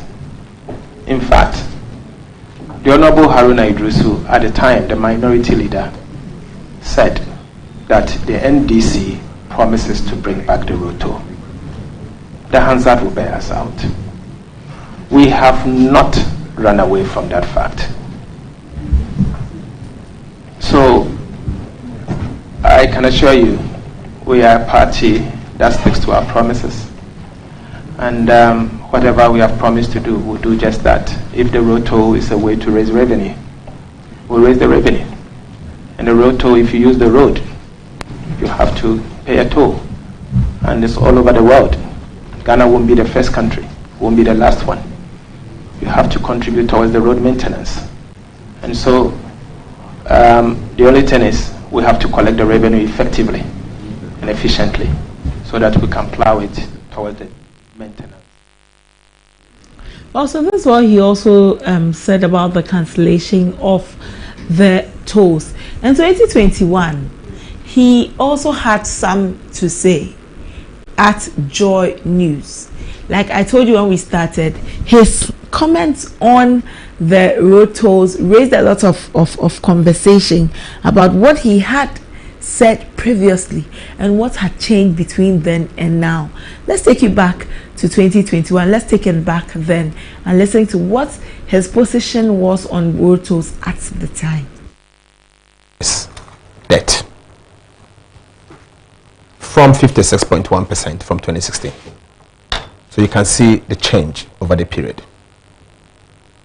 Today, I read somewhere the central bank warning that if care is not taken, government is going to struggle to service a debt. Where's that evidence? Oh yes, I just saw something straight away on one of your platforms, Joy News. The central bank said that? Yes. Okay, we'll go on. We'll fact check. We'll come to fact check that. Now, it is clear that there's a lot of unemployment situation in the system. People are complaining of jobless. Government has created 2 billion. 2 million jobs. We'll come to that.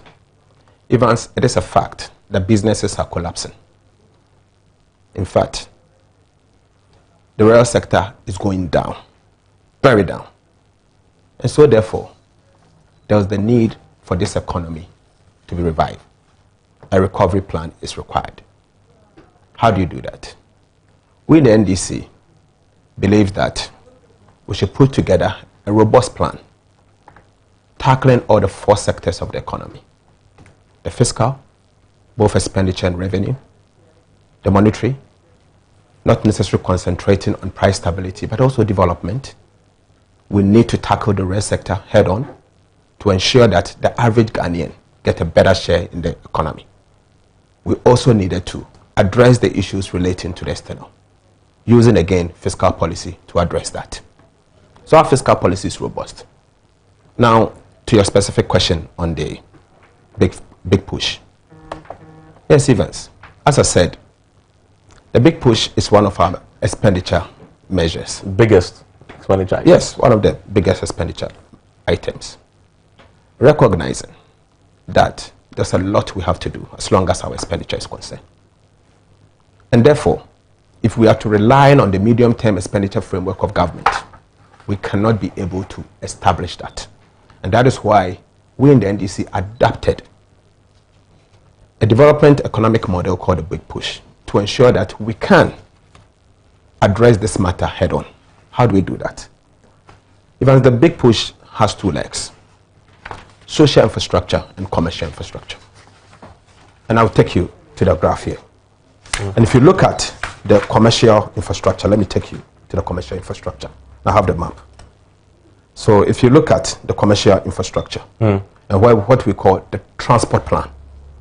So we have 3 key things in the. That's the Big Push. Okay.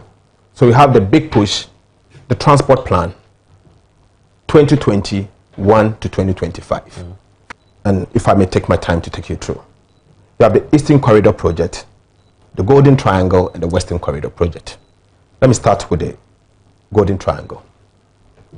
Evans, it is sad that as a country, after 60-something years of independence, we have not successfully linked 3 major cities of our nation through highways, major highway and railway. So is that a triangle that you've drawn? That's in the middle of the I'll show you. Okay. So you can see the Golden Triangle. So that road is going to go... Yes, it's going to go up. And come down. And come down. So what we are hoping to do is that we are going to connect Accra Tema, through Cape Coast and Takoradi, and take it all the way up through Kumasi, but we are going to extend it to Kintampo. And so you can see the triangle there. So what we are saying is simple. We're going to use expenditure measure to open up the country. And in doing so, we are putting up a 3-carriageway inbound and outbound between Accra, Kumasi, and Kintampo. We are also saying we are putting up a 3-carriage motorway, Accra, Cape Coast, Takoradi, and another Accra, Kumasi, and Kintampo. Swift. Your reaction to this development? I think the minister announced that effective today. Okay. So I'm not surprised. But it's something to cover what we are going to pay. Okay. And so they are giving something back. Well, the revenue loss would be about 72 million. It's not that big. So I've always said that the road tolls out there should be removed, because the amount of money in terms of fuel that we burn on the traffic as against the revenue the government gets, I don't think it's worthwhile. So I think it's something that I will say that it's something that all of us are expecting. It is right that they've taken the decision, and I'll commend them. Mr. Chairman, the NDC indicated from day one that the road toll will come back. We are not running. Swift. Your reaction to this? So in 2021, Kesalato Forson said, I have always said that road tolls out there should be removed because the amount of money in terms of fuel that we burn in traffic as against the revenue the government gets, I don't think it's worthwhile. 2021, he didn't think it was worthwhile. This time in January, he believes that if you use the road, you have to pay a toll. Ghana won't be the first country and won't be the last one.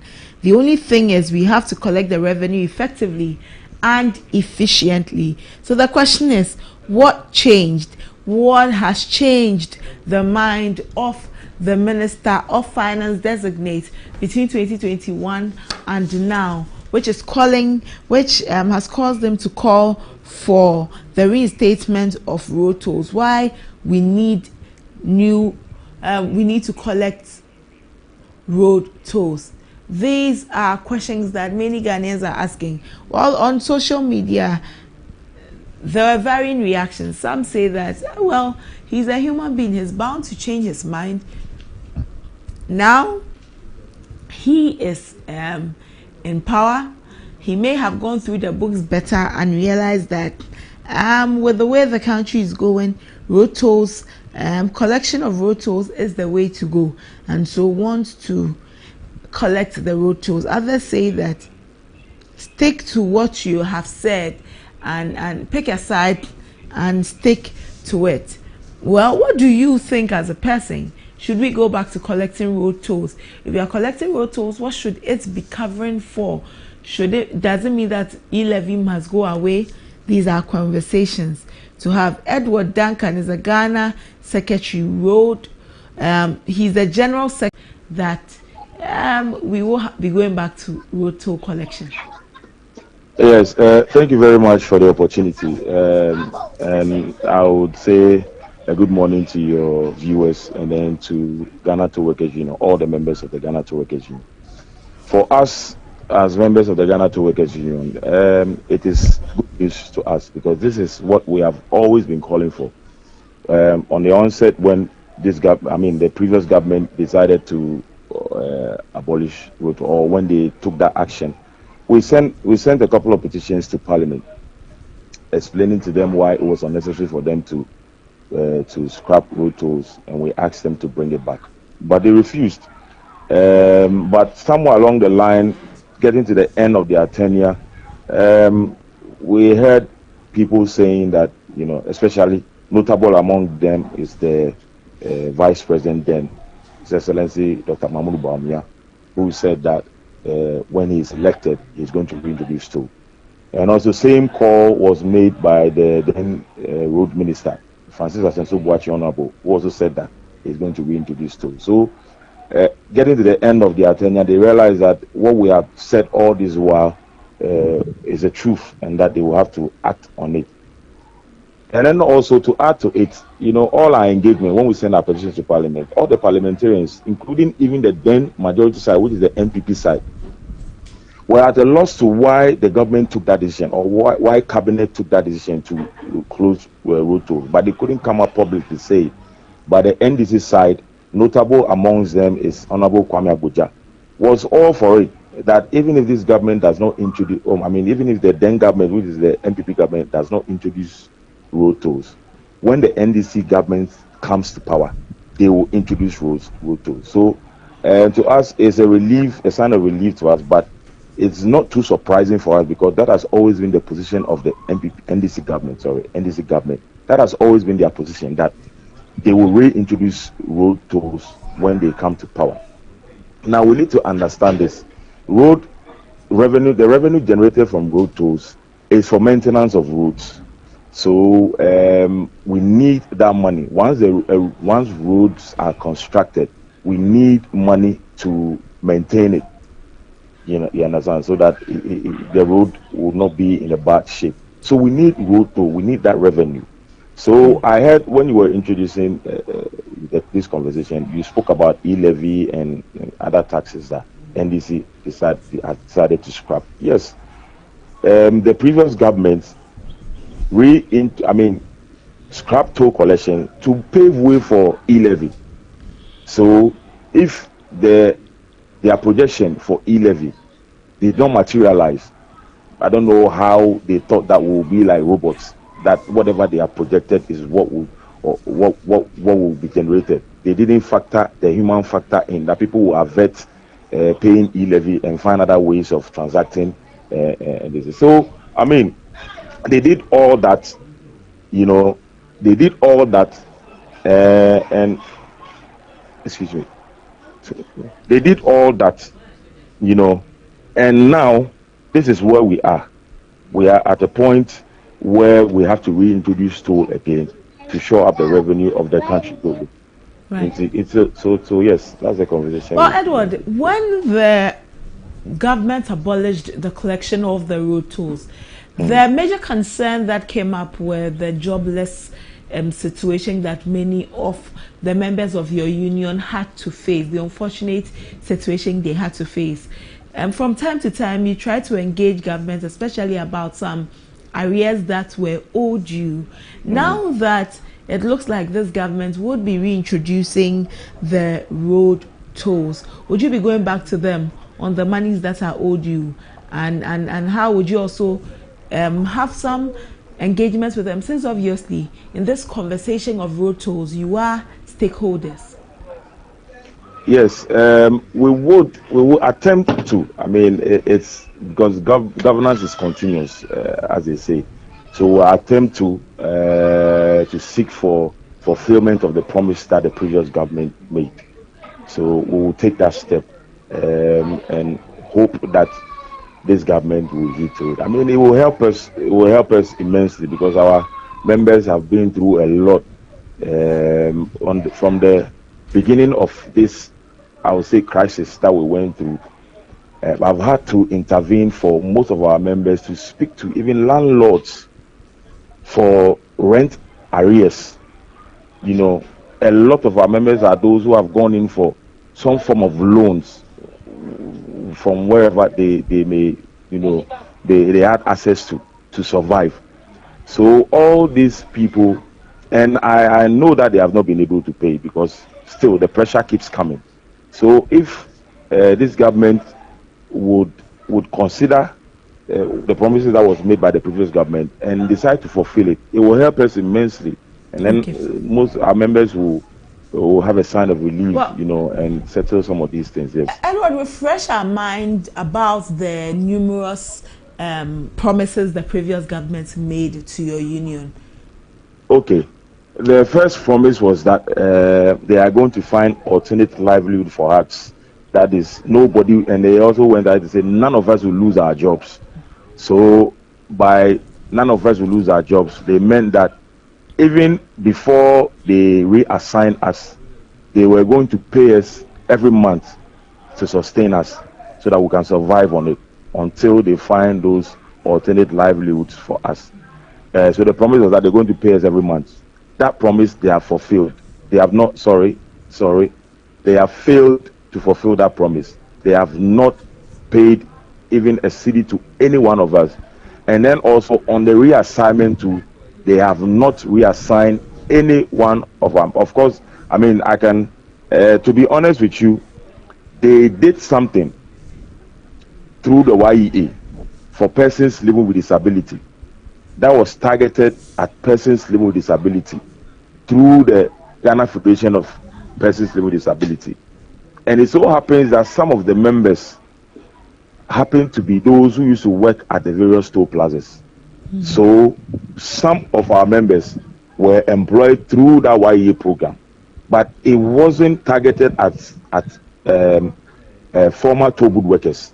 We need to get that clarification and that distinction, because we've heard in the past that government functionaries and people in authority are going about saying that they have given us employment, toll booth workers have been given employment and all that. No, that intervention was not targeted at us who used to work at the toll booths. It was targeted at persons living with disability, and some of those people happen to be those who used to work at the toll plazas. So that is the clarification. Well, is it that really some stakeholder engagements did not happen with you? You obviously have a union, so this actually makes it easy for AFNI government to be able to interact with you. When they made these promises, it meant that it was not for a targeted group within the union. It was for everybody. So if they rolled out some policies and it went to a certain group of persons under the union, didn't you go back to the table with government to inform them that indeed these are the promises you made? Some people in our unions have started experiencing or finding expression under these promises. The large number left are not experiencing it. What are you doing about it? Did you interact with them for it to fall on deaf ears, or was it that there were no interactions at all? I am happy you brought out this question, and this question also paints a picture, a clear picture of, the posture or who the previous government was, or how they handled issues. This thing, when it came up, we took several steps. In the first place, this government, knowing that we have a union, we have introduced ourselves to them on several occasions, on several platforms. Knowing that we have a union, decided that they will not engage us, but they are going to engage other bodies which had nothing to do with toll booth workers. You've gone ahead to do that. Okay, it has happened. Now we are taking steps for you to have a conversation with us.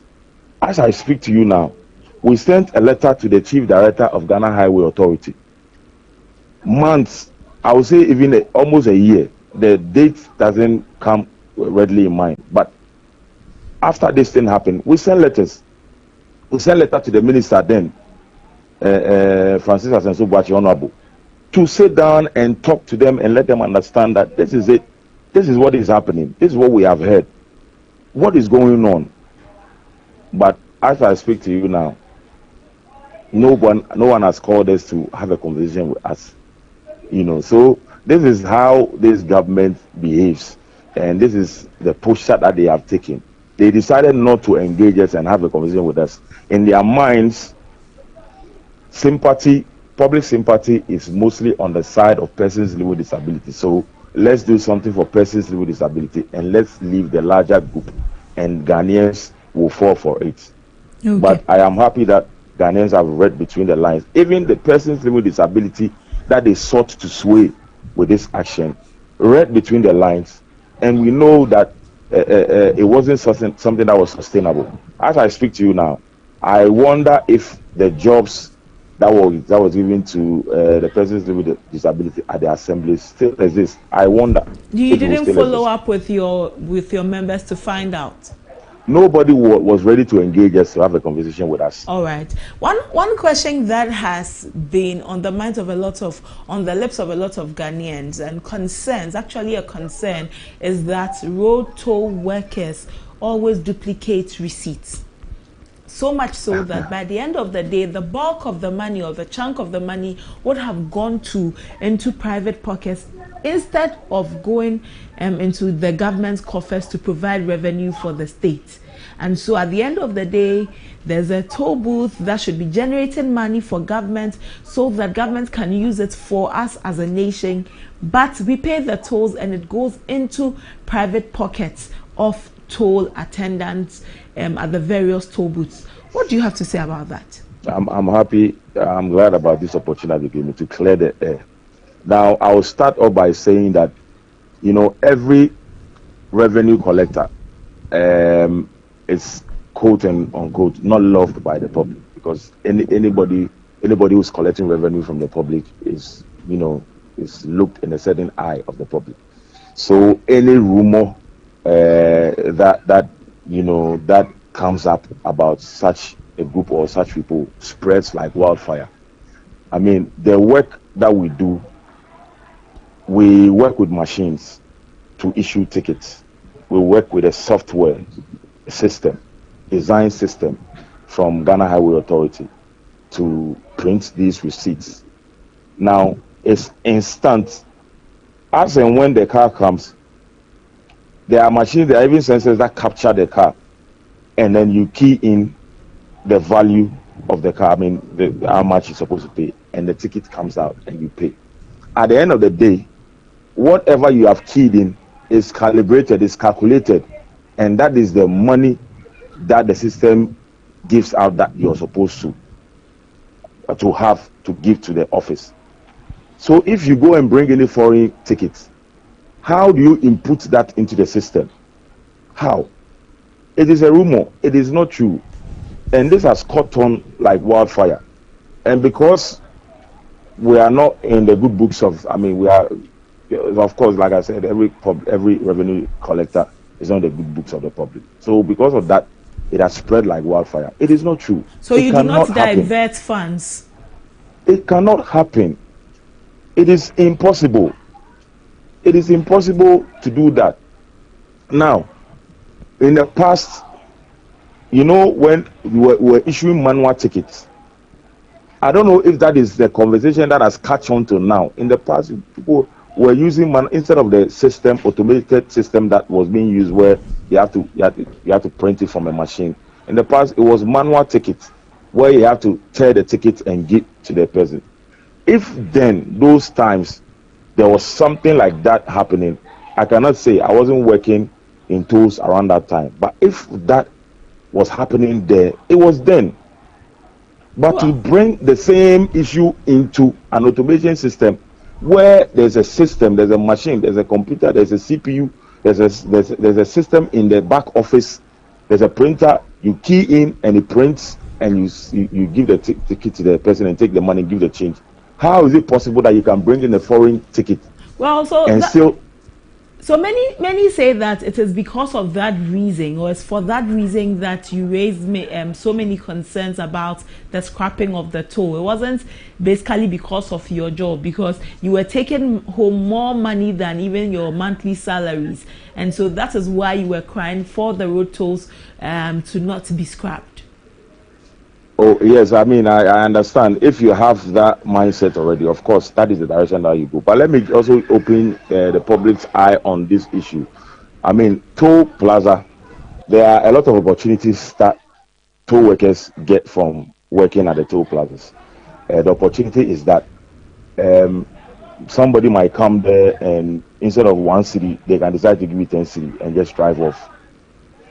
Okay. Somebody might come there. I can tell you that there are some of my colleagues who are married who got their husbands from working at the toll. There are some of my colleagues who are doing other businesses alongside because they met somebody at the toll. Somebody came to the toll, and the way you receive the person, how your customer service level with the person appreciates it and decide to have, build a friendship with you, and through that gives you an opportunity to do something else. There are so many instances like that at our place. Wow. I know of my colleagues. I have stood in the booth with somebody, person with disability, and a man got there and just gave her 200 cedis So these are the opportunities that toll booth workers get when you are working at the toll. Well, there are a lot of big men that you wouldn't have met them if it wasn't for toll. So those are the opportunities that we get at the toll plazas. They say some concerns that have also been raised or suggestions is that you're speaking about an automated system. If indeed there is an automated system, then we really do not need people manning the machines. How about that? Just machines there, I get there, I put money into it, it prints for me my toll and I move on. If that introduction happens, you also do not get a job anymore. Yeah, what we are saying is that automation, there are different categories of automation. There's automation that will require the service of people. Now, we also know that every government, any policy that you decide to roll out, you consider the socio-economic impact of that policy. If you have unemployment levels very high in this country as we have, and you have an avenue to employ some of your citizens who hitherto or otherwise would have been engaged in illegal activities, including armed robbery, harming lives of people, or even including going into the Galamsey pits. If you have an avenue, a legitimate way of them fending for themselves, won't you take advantage of that rather than pushing them on the streets to get to engage in illegal acts to survive? So that is what we are saying. Go in for the automation that will require the service of people. Because I speak to you now, I know of some of our members who have gone, because they couldn't afford to pay rent in Accra, they had to relocate to their villages or their hinterlands, and they are engaged in Galamsey. The very act that we are looking for money, or we are pumping a lot of money into with no results. So if you can get these people into gainful employment and you have an avenue as such as toll, why won't you do that? Why won't you use that? So you are all for the digitalization of the system. However, it should be a system that also lends credence to the socioeconomic life of the Ghanaian. Perfectly summed up. Well, perfectly. Concerns about congestion on our roads also abounds when road toll conversations come up. That because of road tolls, there's so much congestion. When the road tolls were abolished, you get there, you are gone, you're gone, you're gone. When there's road toll, there would have to be in traffic for quite a while, just because we want to also give to the country by paying our tolls. You have worked in the system before. You're talking about the socioeconomic aspect of it for those of you who work. What about those of us who also ply the roads? Since you have worked with the system, what can be done to make it a free-flowing system rather than the congestion that we see anytime we are approaching road toll plazas? Fair point. Fair point. What I would say is that there are a number. It's not the majority of the toll plazas in Ghana. There is no traffic there. It's just some in Accra that have traffic. Now there are so many solutions to alleviating this traffic situation. One will be that expand the toll gates. Two will be that if there are any activities immediately around the toll booths that impedes the flow of traffic, we should move those activities far off from the toll booths so we can have that conversation. So like you rightly said, we virtually sleep at the toll. We know every day and every condition, every situation that causes any kind of traffic. So those conversations should be had with us. So we extend a hand to the government to have this conversation with us so that we can make recommendations to all these, solutions to all these problems. What you said is very true. It will be uncomfortable for you to spend about 23 fuel to just go and pay 50 pesos to go to. So the government has to consider all these things. Like I said, expanding the toll gate, increasing the number of toll gates. Where there's no space immediately at the toll plazas, we have solutions to it. We can elongate one of the toll booths or stretch it. I mean, if I say stretch it, you pull one toll gate to where there's space, and then you give it like 4 gates or 5 gates to ease the traffic. Okay. You understand? So there's a solution to it. And then also, let me make this point. When you get to the toll plaza, when there was no toll collection, there's free flow of traffic. Yes, that might be the case. But when you go past the toll plaza and you get to the frontage, I mean, because the cars are flowing without any bridge, which is the toll plaza. All the traffic go and pile up somewhere else again. We cannot say that because there's no toll plazas operating in this country, there's no traffic in this country. There is traffic. The traffic is the traffic does not occur at the point where there's a toll plaza, but it occurs beyond the toll plazas. The same volume of cars that flow. When you get somewhere, there will be traffic lights there to stop you. So if you go through the toll gates and you get to where there's traffic light and there's a huge volume of cars there, of course there will be traffic there. Well, let's look at your safety working in toll booths.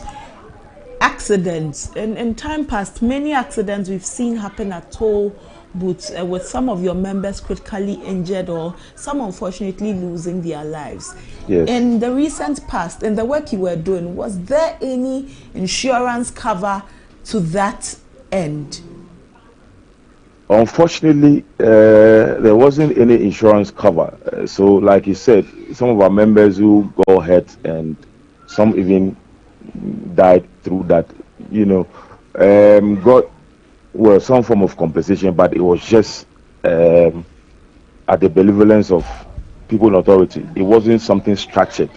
So it depends on your situation, or it's not structured. So you cannot say if I get injured in this form or that form, I am entitled to this or that. So it wasn't something like that. So we hope that this time around the government will consider all these things and factor it into the reintroduction of toll. And then also there's a design aspect of all these things.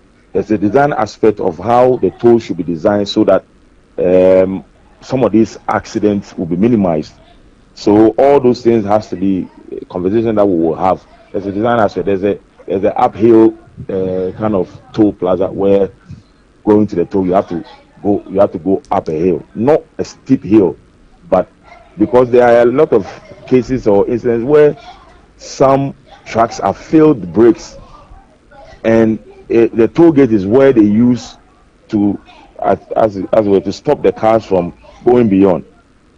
So if we can have the concrete defense walls being reinforced properly and being long enough so that some of these trucks can use that to safeguard the cars from causing damage on the road, it will help.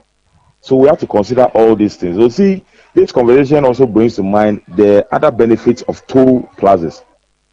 Like I said, it could be a point where cars which are filled brake could use that reinforced wall to stop it. It is also a point where worn out money can be taken off the system by the Bank of Ghana. It is also a point where money in small denominations, including coins, can be injected into the system. So, toll collection is a point where the government can use to do so many things beyond employment and raking revenue for the country. Like I said, take off one out money, because people, if everybody knows that when I get to toll and I give them tarted money, they will take it and the government will receive it. The government will take it and if people will be doing that, it will be a structured something that will do. In the past, sometimes when you take tarted money as a toll collector, you get in trouble for it because it is not structured. It is not structured that this is our work.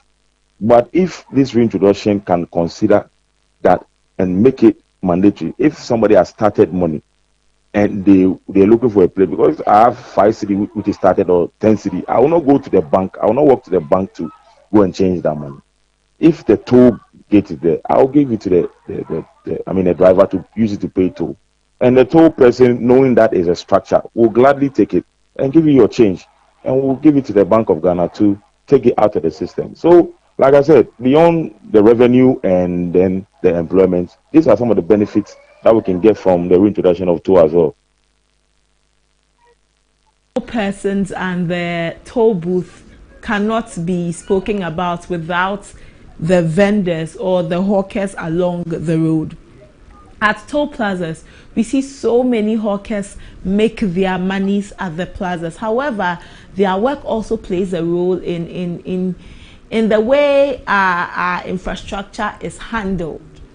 some of the toll plazas basically become warehouses, so to speak, for water sellers, drink sellers, various kinds of hawking. You are stakeholders there and obviously work with them. You know the work these hawkers do very well, if not as much as they do. With the reintroduction of tolls, if you had anything to say to the government in the work of hawkers at the toll plazas or along the roads, and how we could make their work would not have a negative impact on our roads or the road infrastructure in and around the toll plazas, what will those things be? I'm glad we are having a very important conversation, and I hope that people in authority are listening to some of these, because the points that you are raising are very, very important and critical points. Yes, of course, those hawkers, their activities impact on the traffic flow or the flow of traffic at the toll plazas. Now, like I said, you know, every government, your vision or your work basically is to make life comfortable for your citizens and to protect them and to make sure that they are engaged in, you know, revenue generating ventures that will help them to survive. So these people, I believe that if they had jobs or well-paying jobs somewhere, I doubt if they will be hawking on the streets. So because there are no jobs, that is why they are doing that. Now, what you have to do as a government, you have identified this. It's an income-generating venture for your citizens, but it is having an effect on the flow of traffic. Organize it, structure it, move them away from the toll plaza, create a space for them, possibly even provide a shed for them, make it accessible to the cars, so that if you intend to buy something, you get off the main road, get into that space and do your buying. Just like when you are going to what's it called, let me use the Volta region as an example. There are some hawkers at Sukakope, all right, but I mean that's not the one I'm talking. If you go beyond Sukakope, there's a space created where cars park and they do whatever shopping they want to do there, not impeding traffic. Same can be replicated around the toll plazas. Move the hawkers away, give them a designated place to do their business, so that the toll plaza will be free from all this hawking. And I believe that is another way of helping the traffic to flow. Let us just do practical things. This is not rocket science. This is just you doing the right thing. So the government should consider all these things and implement it. Once we know that it is structured, no hawker will come and stand by the toll gate, because if you come there, we can sack you from there, because you have been given a place to do your selling. So you cannot come and stand by. But as it is now, or as it was, if a hawker is trying to get his daily bread from the toll booth, you cannot sack the person. There have been instances where we have had issues with those hawkers because we're trying to move them away, and it creates a whole lot of inconvenience and an uncomfortable situation for us who used to work there. So we hope that the government will consider all these people, because after all, they are all citizens of the country. They need to fend for themselves, create a space for them to do their business, so that the traffic will also flow freely. Well, I'll be letting you go soon, but this conversation came up some time ago when the previous government looked at broadening the toll base in the country, so that the burden of paying tolls is not on those who live in and around the toll booth areas or the toll plaza areas. As someone who has obviously played so much role in this toll collection system, what do you make of the previous government's intention? Would you think that this is an intention that this current government, in its bid to introduce toll, should fall on? Well, it's not bad. I mean, after all, we are all citizens of the country. It is not bad, but we also know that this country, we are the right word has not come. But I mean, we are all one, whatever tribe or religion. Yeah, we try to coexist. So it will also not be out of place for someone who doesn't live at a particular area to work in another region, or I mean, it is we are also, or that is not too much of a concern to us, as long as we have been given that our employment. We are okay. I mean, people relocate because of work. So if you have to relocate because of work, it is nothing new. So, I mean, it's not too much of a concern or a worry to us. The toll collection shouldn't be broadened all across the country, so that if I'm living in cantonments, I should also be paying tolls the way those living in Tema and use the Tema route pay their tolls. Oh, maybe I didn't get your question well. Could you repeat that again? Yes. So the question is that the previous government was looking at broadening the base for collection of tolls, so that the pressure was not only on those using the Tema areas, the Kaswa areas, the Ebri areas, where no matter what they would pay tolls there, whereas other places like the cantonments, the East Legons, the Ridge, the affluent places, there are no collection of tolls. So the previous government was looking at broadening it. As someone who works in this system, what do you make of this? Do you think this government, the John Dramani Mahama government, if they are bringing back tolls, they should fall on what the previous government was looking at by broadening the toll collection in the country? Oh, okay. I get the question now. Oh, I mean, anything that would raise revenue for the country, I think we need to just sensitize the people. We need to do more education so that people will understand. And then, like in our conversation, you know, people want to see that the money that is collected is put to good use. I believe that everybody, you know, anybody who is paying money, if they know that the money is being put to the rightful use, of course, they won't have too much problems paying it. So it will, you know, increase the revenue of the country if those places, there were toll gates there. And then also we have to look at the LI which established toll. Does it give room for the government to mount toll plazas in those areas? If it does, yes, why not? Educate the public, let them know that we need so much money to do this and this and that, and make sure that you are committed to what you want to use the money for, and make sure that they see that you are using the money to do what you intend to use it for. I believe that once that is done, we'll all be okay to pay whatever revenue there, because in the Western world they pay huge sums of revenue, but they know that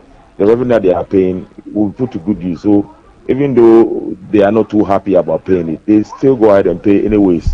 All right. So yes, Edward, we are most grateful to you. Obviously, we'll come back to you for more conversations. This conversation doesn't look like it will be ending soon. We'll be looking forward to speaking with you again. I'm also grateful for the opportunity.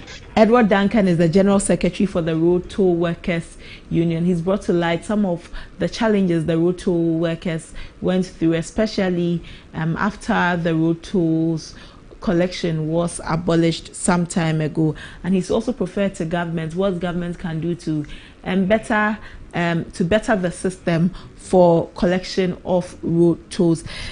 Let's get more into the conversations we are having. We'll be speaking with an economist soon on some of the things that transpired yesterday. Dr. Atuforsen raised concerns. He said certain things during the vetting, and the MP for Tano North, Dr. Gideon Boakun, raised concerns about the potential introduction of new taxes by the John Dramani-led government in response to the removal of the betting tax and e-levy. Dr. Boakun's comments follow statements by Dr. Kazel Atuforsen, which suggested that the Mahama administration will abolish these taxes in its first budget. So there were conversations about removing the taxes, where to plug the holes and all. Let's speak with an expert on this. Professor Patrick Esuming is an economist. He joins us over the line. Prof, good morning and thank you for your time once again. Good morning and good morning to viewers. Doc, the last time we spoke with you, you mentioned that safe for you or left to you, we would not abolish the betting tax, would rather even increase it so that it will curb the incidence of betting and all. Yesterday, when Dr. Forsen appeared before the committee, he reiterated that the betting tax is one of the things that will be removed because it doesn't really give so much money to us as a nation. Following this vetting, what do you have to say about all of this, especially on the betting tax? Yeah, well, thank you. Again, my views on the betting the betting tax hasn't changed. I think my understanding of what he's saying is that, well, if you are concerned about betting, then the tax is not going to be an effective tool for addressing it. And it's a tax that gives us so little anyway. I think that, when we make tax policy, it is not just about revenue. You make tax policy to achieve other goals. And here, specifically to shape some kind of behavior, to promote desirable behavior or to curb undesirable behavior. So I think if it is indeed the case that, because of the elasticities, it's not a way to generate, it's not a way to keep the behavior, then let us find ways to completely discourage the betting. So when I said I would prefer that the betting tax is not removed, the idea is not because for government to raise revenue, but because we want to keep that behavior. So I think if we are going to remove the betting tax, you have to find ways to deal with the betting, because I think it's a serious problem for young people in this country. Prof, do you think that this is a populist way of staying in touch with the people? Indeed, even if it's like you said, we make tax policies not only because to raise revenue and all. Do you think that government is let me use this word, scared to not touch the betting tax because it is looking at an election in future? Well, I think, for political reasons, when you have, you've just come out of an election and you have made a definitive and specific pledge that you are going to remove this tax, then to immediately turn around and say you will remove it, I think politically it won't sound good. So I can understand why the finance minister designate will insist that they want to remove that tax. Okay. But going forward, I hope that he recognizes that betting is a problem. Betting is addictive, and many young people are already addicted. And I think whatever we do with our tax policy, we have to find ways to address the betting issue. Okay.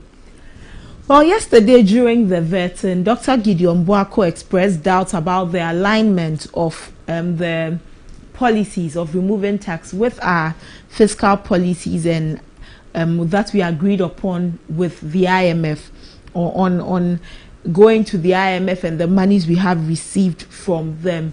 He made mention of disruption of our country's financial commitment if these new taxes are removed. Doc, you are into academia, you are an expert on this. These taxes, are they really going to have a bearing on our IMF negotiations or the conversations we've had with the IMF so far? So now I think what we have to understand is the taxes in question, the e-levy, the betting tax, the COVID-19 levy, and I think there's another levy, emissions levy. Yes. Now, when you put all the amount of revenue we raise from all of them together, it will not reach 10 billion cedis, and that will be, no more than 5% or so of the projected revenue. So in terms of quantum, it's not much, but it still has to be, it's still going to be a hole that we have to plug. So whatever is done, if somebody says you are going to cut those taxes, we want to hear from them how that will be made up for. That's not to say that we can't make up for it. We can easily make up for it. And yesterday there are two things that Dr. Atufosin mentioned that I will agree with. One is improving enforcement. Don't forget that in the first 4 years of the NPP administration, they placed a lot of emphasis on enforcement. So I don't think it's something that they should disagree with. The other thing is You know, yesterday he made a clear point that he doesn't support the unbridled granting of exemptions. And I think if you roll back some of the exemptions in our tax policy, through the rationalization that the president spoke about, that will generate multiples of whatever you lose through those taxes. Mm-hmm. So I think there are ways to remove those taxes and still be consistent. Then the other aspect is that, you see, in the IMF program, we have to do fiscal consolidation. That means, you know, cut our deficit. Now, there are two ways we cut the deficit. We reduce expenditures and raise more revenue. The previous administration decided to put more emphasis on raising revenue. At a time when many Ghanaians were complaining that if Ghanaians are swallowing domestic jet exchange and we are tightening our beds, the government should also streamline its expenditure. And the previous government didn't do much of that. So there's room also to make additional savings by, you know, streamlining government expenditures. And that is something that the current president and you know, the finance minister designate has spoken about. All of those tell you that yes, indeed, those taxes can be removed, and we'll still be able to find other ways to raise way more revenue than we have done in the past. Prof, the minister designate says that on the issue of inflation control, he has outlined a goal to reduce inflation to single digits, and he's targeting around 8% with a possible plus or minus 2% margin. What is your outlook of our inflationary environment at the moment, and is this really attainable? Well, there's nothing new in that. Because that is simply communicating the medium-term objective. That is what we have had for more than a decade. The medium-term target is to keep inflation between 6 and 10%. What is important is how we are going to do that. I think, you know, in time past, so we always have to think about where the inflation is coming from. Is it that there's too much liquidity in the system, and therefore that liquidity has to be mopped up? The BOG has done a lot of that since the start of 2023. In some sense, middle of 2022. Obviously, there was too much liquidity in the system. But when you look at what we are seeing now, you get the sense that it will take other measures. It's not just the BOG. And I think Dr. Atuforsen did mention that it takes the effort not just of the BOG to address the CD issue as well as the inflation. At the moment, the biggest problem with inflation is food inflation. And it's clear that most of it has to do with supply side. You know, we are just not producing as much, and we are importing too much food. So what I wanted to hear more is specific interventions by way of food production to address the food inflation question. And so I'm sure perhaps when the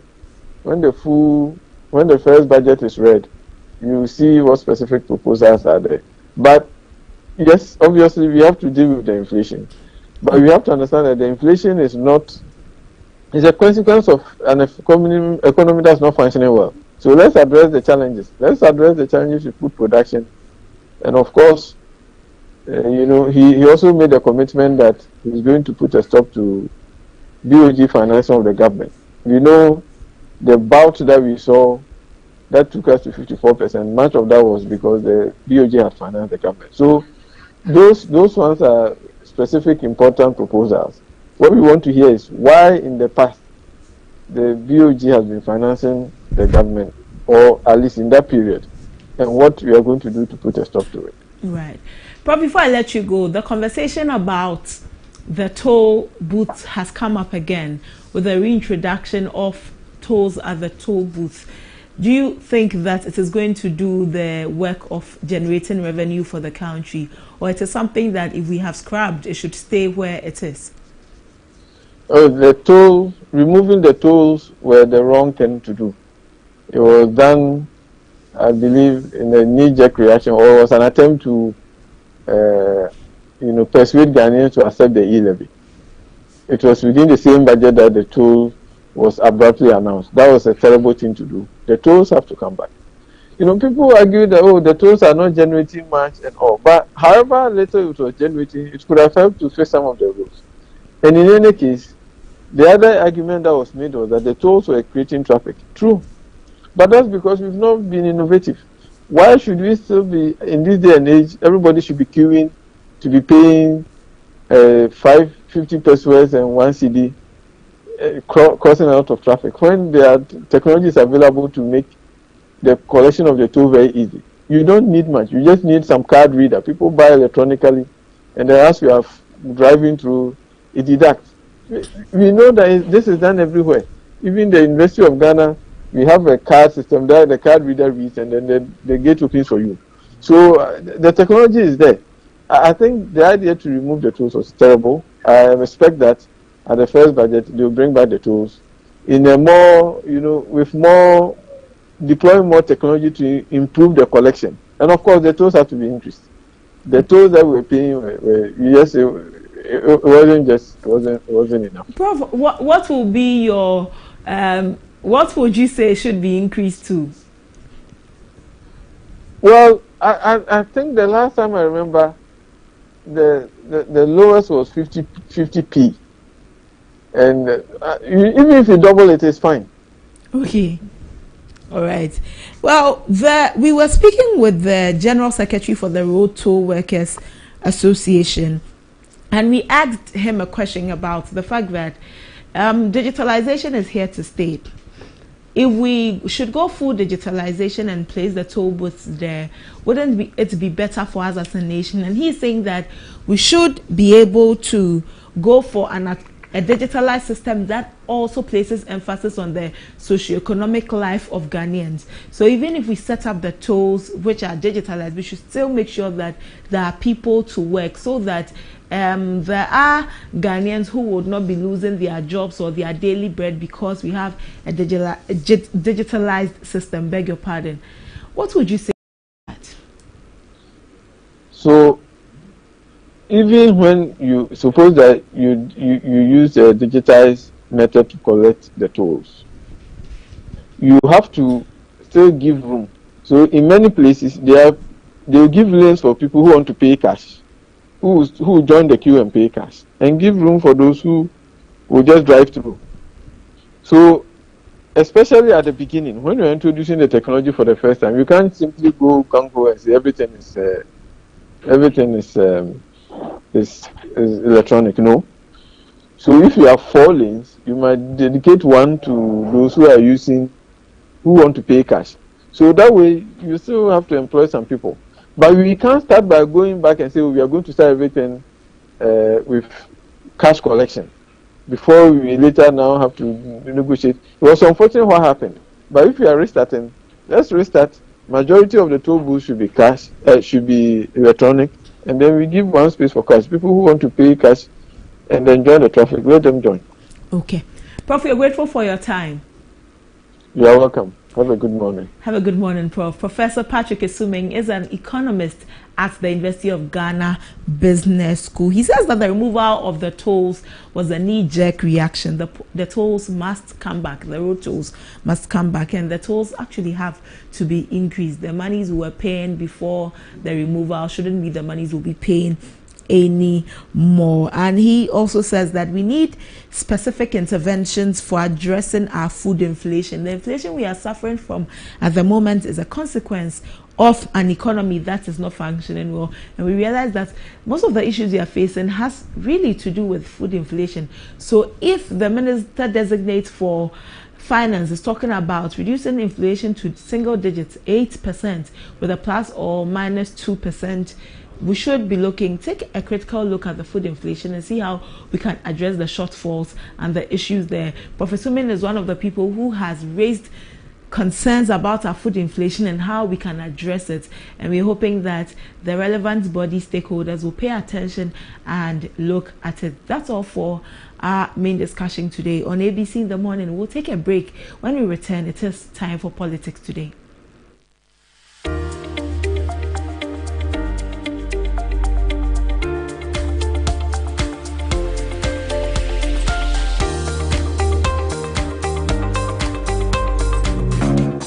Hello, paint lovers. Welcome to 2025.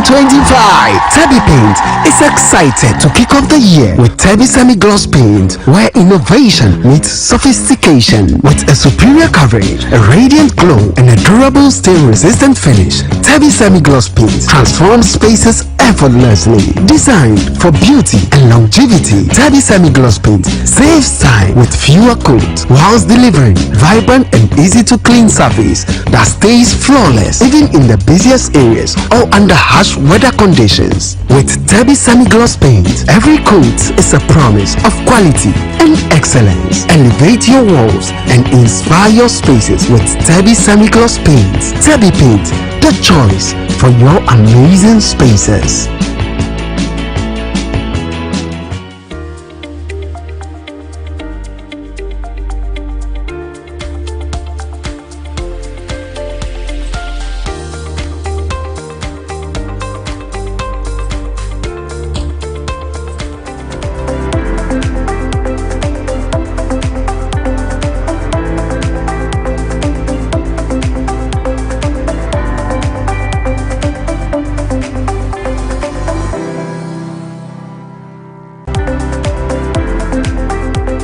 You're welcome back. On Politics Today, the Office of the Special Prosecutor has released the half-year report for 2024. So we'll be delving into the recently released half-year report from the Office of the Special Prosecutor.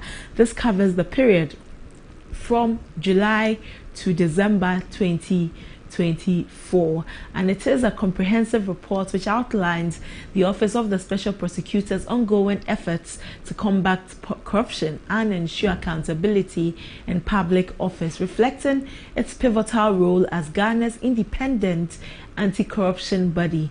The report reveals that the Office of the Special Prosecutor is currently handling 197 additional complaints at various stages of review, with plans to publicize and proceed with cases that meet the threshold for full investigation.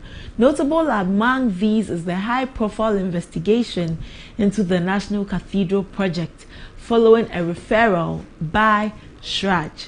The probe targets suspected corruption in procurement processes, payments by the National Cathedral Secretariat, and activities of former Finance Minister Ken Ofori-Atta.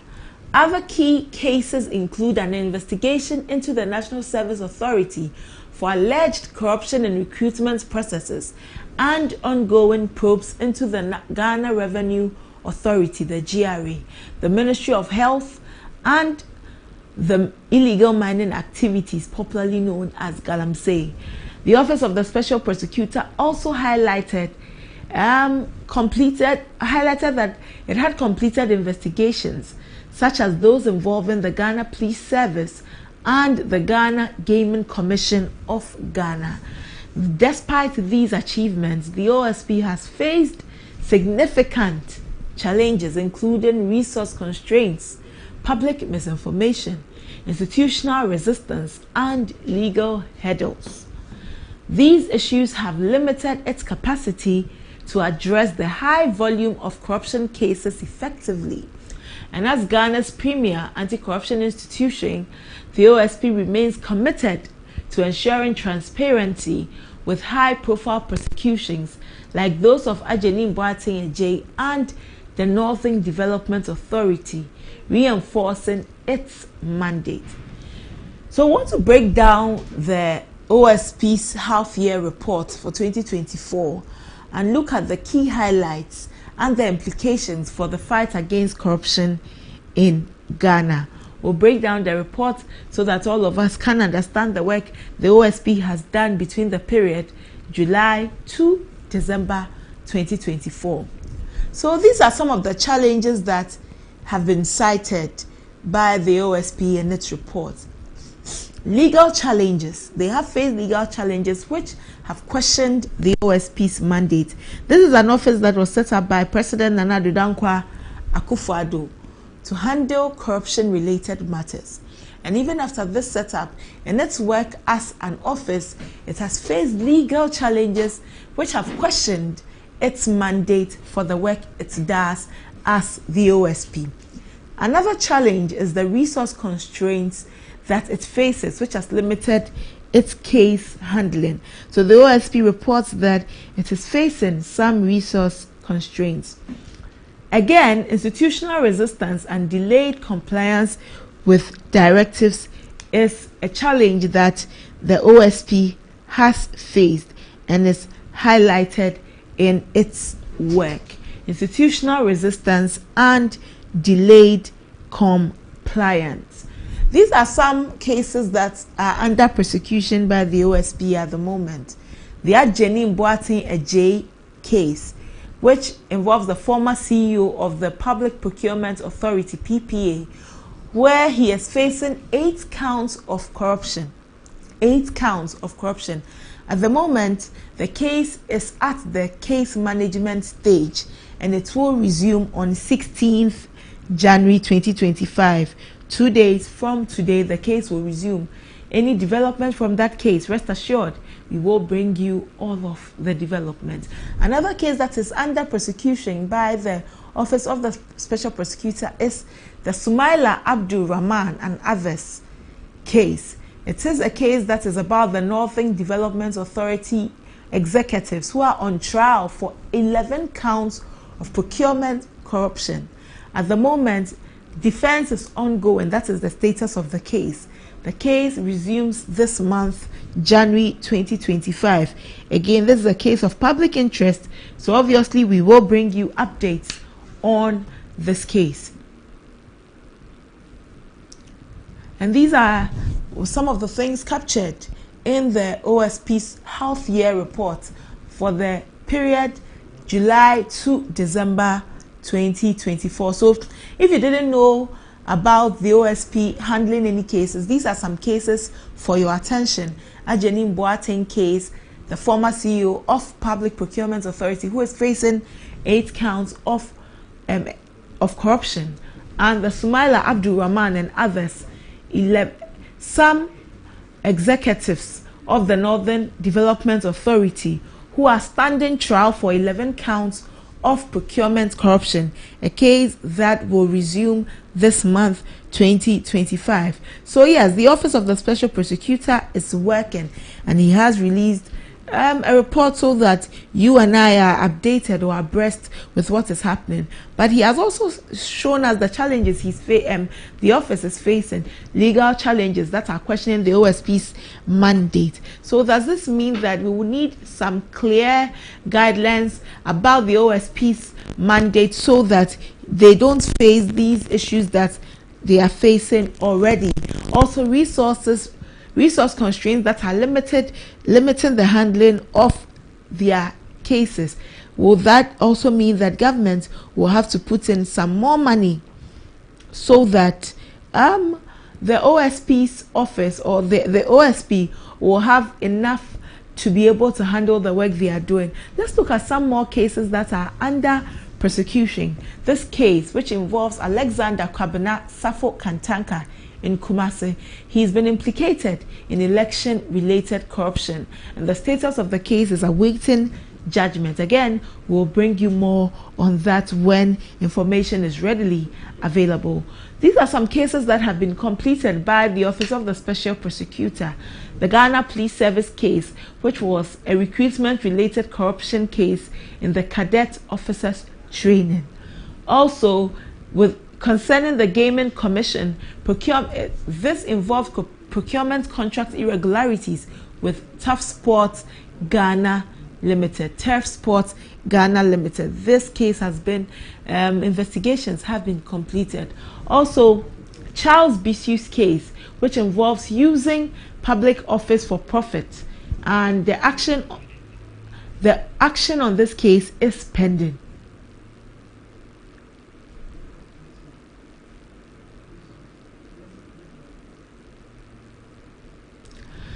Ongoing key investigations that Ghanaians should also pay attention to by the OSP is the National Cathedral Project. Getting to the end of 2024, this issue gained prominence in the media many were having conversations about it. The issue about the National Cathedral project. Upon assuming office, President Mahama said that he will be instructing that some investigation is done into the National Cathedral, and it is an ongoing investigation by the OSP. And what is the case about? It is about payments linked to procurement and construction. Also, another ongoing investigation is the Ministry of Health ambulance case, which involves irregularities in procurement for some 307 ambulances.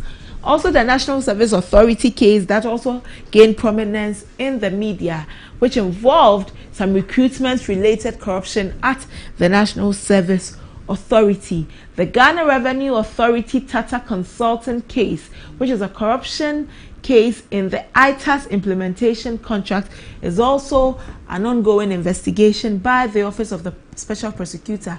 And a Galamsey case, illegal mining, popularly known as Galamsey, which involves Akonta Mining and IMCIM officials. So many conversations we've had about Galamsey, and every time we've had conversations about Galamsey, when we speak with Eco-Conscious, Awolasewa mentions Akonta Mining. This is one of the ongoing cases the OSP has brought up. And some additional statistics in the OSP's half-year report. In the OSP's half-year report is that 197 complaints under review.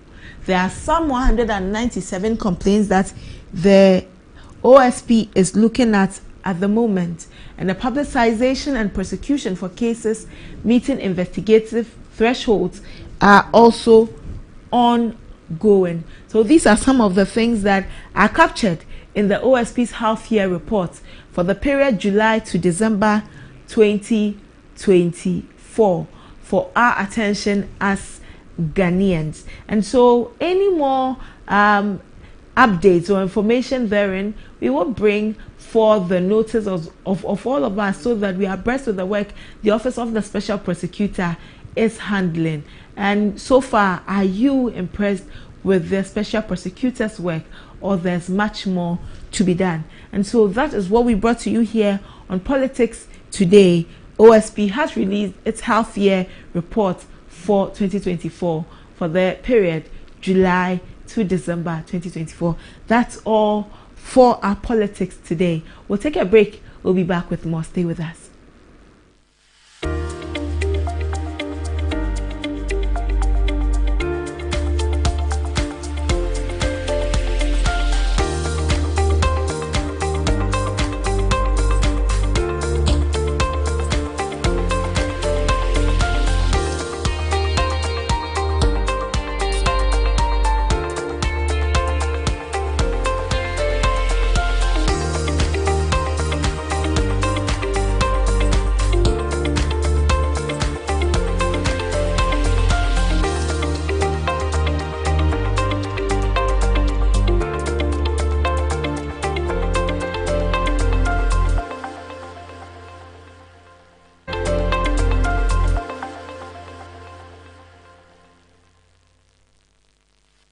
Well, you're welcome back. We want to listen to you because as Ghanaians, it is your voice and your voice alone that matters. Because of that, we are opening the phone lines for you to have a say on things that are happening in the country. Call us 053-916-1609. 053-916-1609. It is time for Happy Hour. And it is time for Ghana Speaks. Happy Hour will come soon, but this time it is time for Ghana Speaks. We want to hear what you have to say on it. Yesterday, some persons vandalized former President Akufo-Addo's statue in the Western region. We woke up to pictures of the statue having been vandalized, broken down. As a Ghanaian, what do you have to say about what has happened? What do you have to say about it? It is your voice alone that matters. Call us 053-916-1609. Happy Hour is up next.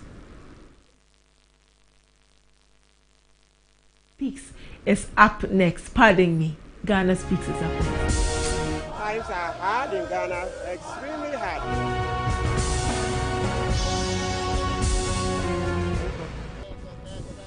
As we gear towards the 2024 general elections, there have been conversations around having a presidential debate. Will it happen or not? This is Ghana Speak. Also, yesterday we woke up in the morning and pictures that were circulating, topping the trends on social media.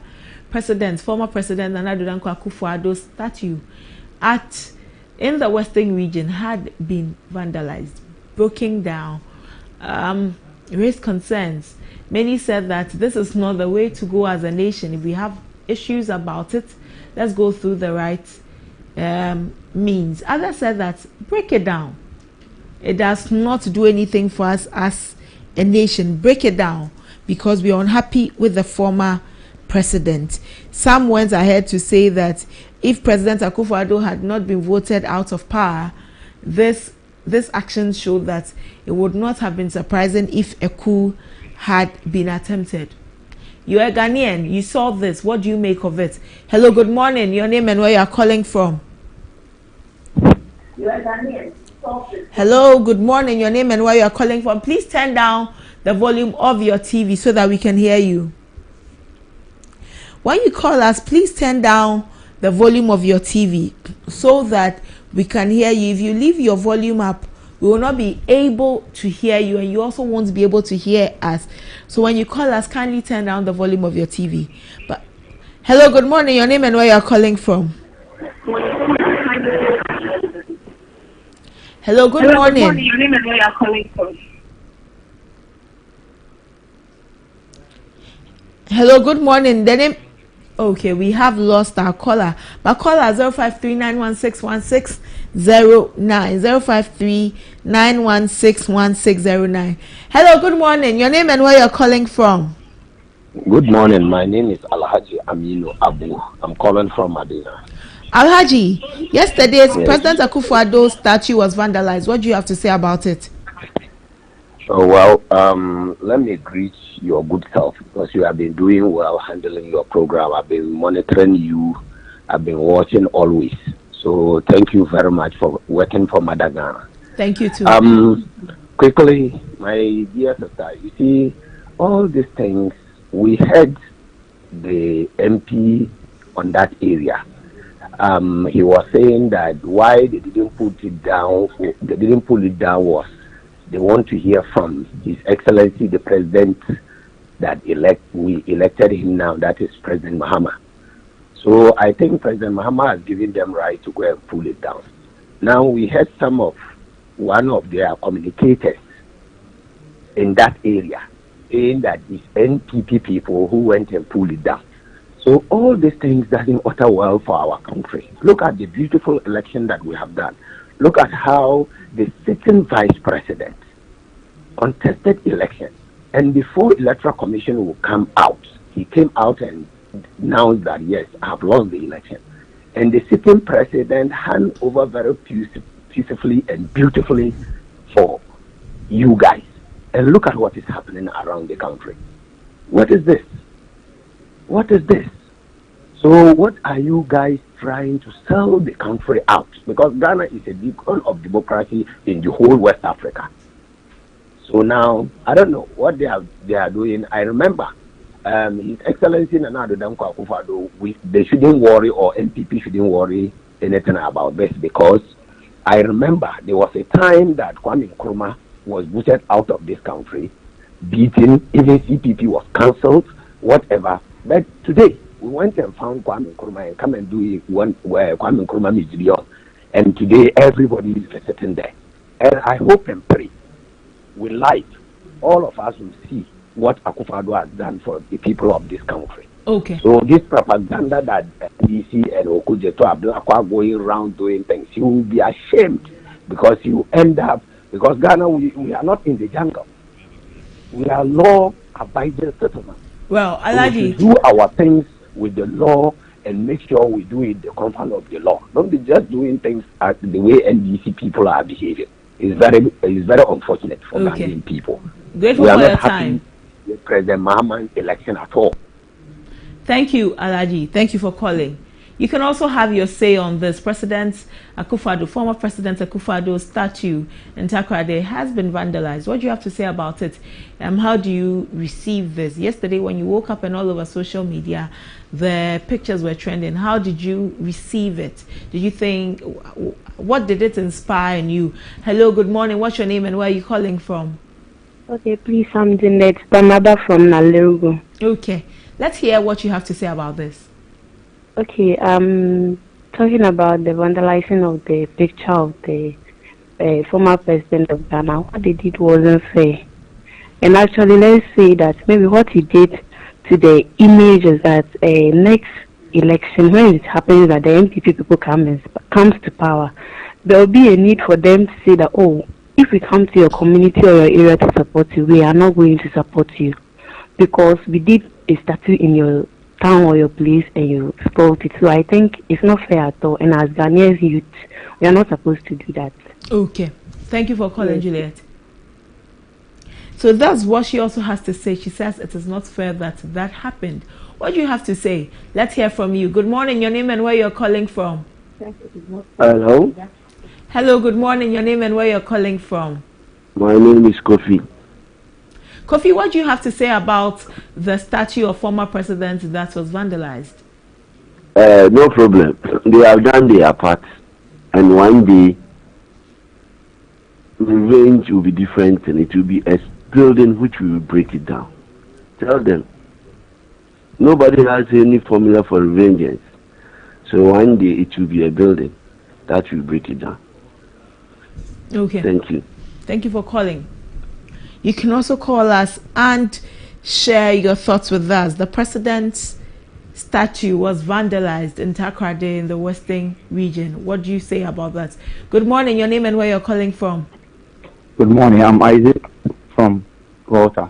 Okay. Isaac, what do you have to say about this? Yeah, for me, I think we have to ask the right questions. What are the right questions? Yeah, I mean, what is the intention behind putting up this statue? That's the first question. Number two, nobody knows the cost. And also, is it a priority for the nation? So I think people are just angry about the insensitivity of the previous government. So these are some of the results that we see. In as much as we must condemn, this, and again, somebody can justify it. Do you understand? So we are in a nation where people complain about a lot of things, but nobody minds, nobody cares. What is the economic benefit of putting up a statue? Was it necessary at this time? So there are a lot of questions to be answered anyway. But in the end, we need a country to govern. There is a new government, so we must focus on relevant issues. So yeah, thank you. Okay. Thank you for calling. You can also call us and share your thoughts on the vandalism that happened yesterday. The former president's statue was broken down, was destroyed in the Western region. Hello, good morning. Your name and where you're calling from. Yes, this is Seidu calling from Wa. Okay, Seidu, what do you have to say about this? My sister, good morning. Good morning, Seidu. Please go ahead. Yes. These statues, if you ask me, I don't even understand the importance of what these statues will bring to Ghana. So, if every president that will come and put statues, you would have imagined the number of statues you are going to have. You and I were in this country when we have a lot of challenges, economic challenges. These statues have spent a lot of money. These statues could have done something for our nation, our beloved nation. So when this president was sitting and you see all these challenges that were coming, and you could not do anything for Ghana to help, to relieve the poverty among the youth, and you are putting this structure there, what is he going to bring to our table? I said, let's always be frank and tell the truth. I don't see the importance of this status. You've been sitting occupying a space where development could have taken place. So people are saying that if this structures will bring down, please let's always be patient and see the importance of what this thing is bringing to our table. So for me, I haven't seen the need of this thing so that people will be accusing that if it's down, tomorrow structure will come down. Let's always be patient and go and just say the fact. The status has nothing to bring to our table as a Ghanaian. Where he has even going to block a space in terms of maybe future development. So for the people of Cape Coast, if I'm even, or they are even second the demolition, because that thing has nothing to bring to the table. So if it's there, maybe one day they want to bring us maybe a development that's supposed to be in that side. They will say that because of the present status there, the development cannot take place. So meanwhile, these governments have so loot a lot of state properties, especially the lands. So if the lands have been taken off by this apparatus of the same government, and you are putting where the smallest portion that has been left, you are putting status through there. In future, in 10, 20 years come, if a different government come, where are they going to get land to put up structures for our people of Ghana? Thank you very much. Okay, thank you for calling. You can also call us and share your thoughts on this matter. President Akufo-Addo's statue vandalized in the Western region. So many conversations, varying opinions on it. We also want to hear your opinion. Good morning, your name and where you're calling from. I'm calling from Brekum. Okay. What's your name? My name is John. Okay. John, let's hear from you. What do you think about what happened? Well, it's really unfortunate if people will say that a statue, just a common statue, will take a place where development is supposed to take place. I think people should be a little bit rational. You see, the president hasn't caused any harm to anybody.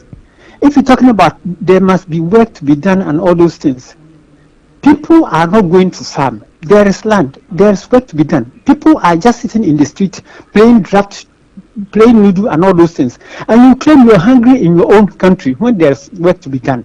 You see, we must actually change our attitude. We must really come to the senses where people will reason and then start to do work. We must do hard work. When people go to Europe, what do? They even clean 80 things which they will not do in their own country. And when they get to and they say, oh, Ghana is bad. Meanwhile, you're here sitting down, doing nothing. They're thinking about a statue. Somebody claims that if everybody comes and constructs a statue, what can a statue do?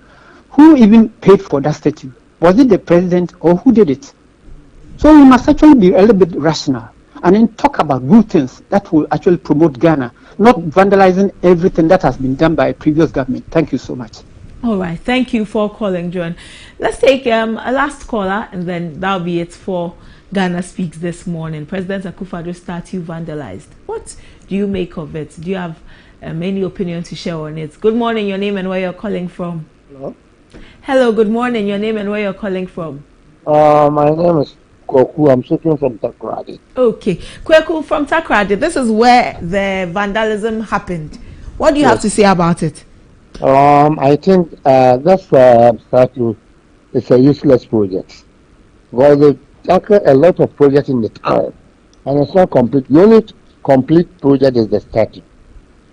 And the best thing they have, and it's at the front of the main original hospital. So they should have put a nurse or a doctor statue on that place. That would have served as better. That is my version of the issue. Okay, thank you for calling.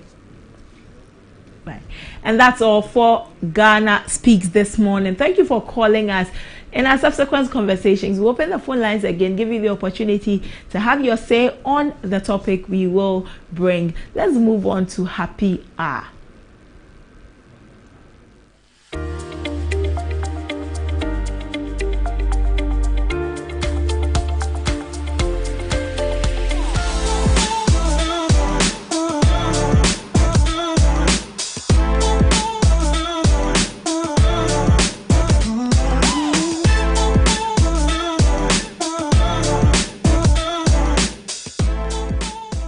Happy Hour today, there is a song that is making the trends, really at the top of the trends. What song is it? Messiah by Sarkodie. So today on Happy Hour, we are looking at this trend titled Messiah, song by Sarkodie featuring Kweku Flick. The trend has featured dance challenges and content creation which catches the eye and showcases creativity levels among Ghanaian creatives and dancers. If I were a good dancer, maybe I'd partake in this trend. However, We leave it to those who have been blessed and endowed with all of the creativity in their bones. So let's go and watch some of the challenges that have come up from the Messiah Challenge.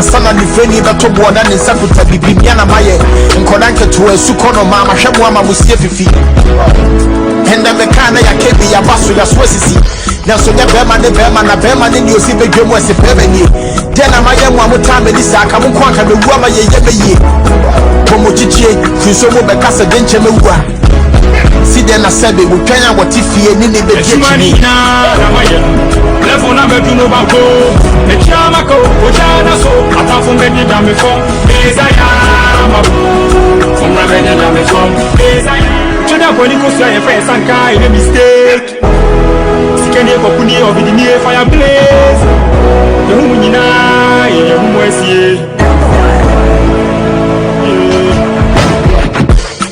Ahemfo chinye ne bidi dibiechi ye babegwe mo yehu.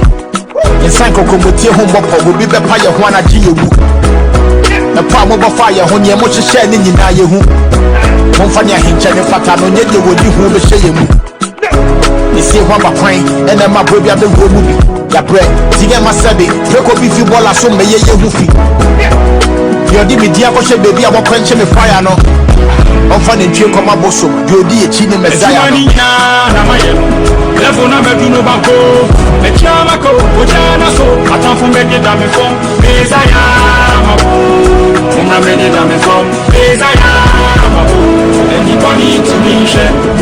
Cheda kwani kusia ye fe sanka ine mistake. Sikeni ko kuni obidi ni fire blaze. Yehu nyina, yehu mwesie.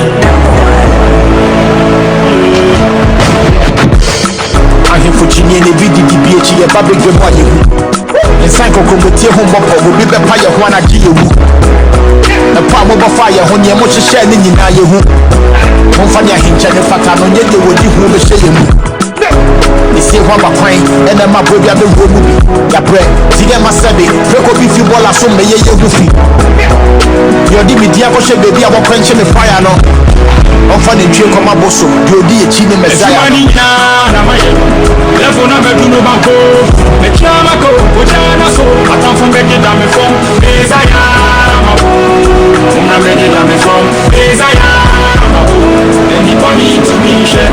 Cheda kwani kusia ye fe sanka ine mistake. Sikeni ko kuni obidi ni fire blaze. Yehu nyina, yehu mwesie. Again and again, Mitiya se menu body subeje di sepe mi yekume. Abafa masha baba si yesu me fide kesi ye yime. Mitiku ni pomushe tuntumuni momu pemi yesume. So those are some Ghanaian creatives showcasing their creativity. For those of us who are not too creative, let's continue to enjoy what they are showing us on social media. That's all for Happy Hour today on ABC in the Morning. To be featured on our executive interview, call us 0539161609, 0539161609. Thank you for joining us today on ABC in the Morning. We are so glad that you joined us, and we are grateful that you called into the show. To our guest who spoke with us, most grateful to you. Thank you so much. We'll come your way same time with ABC in the Morning. Until then, enjoy the rest of your day. I am Abna Mante.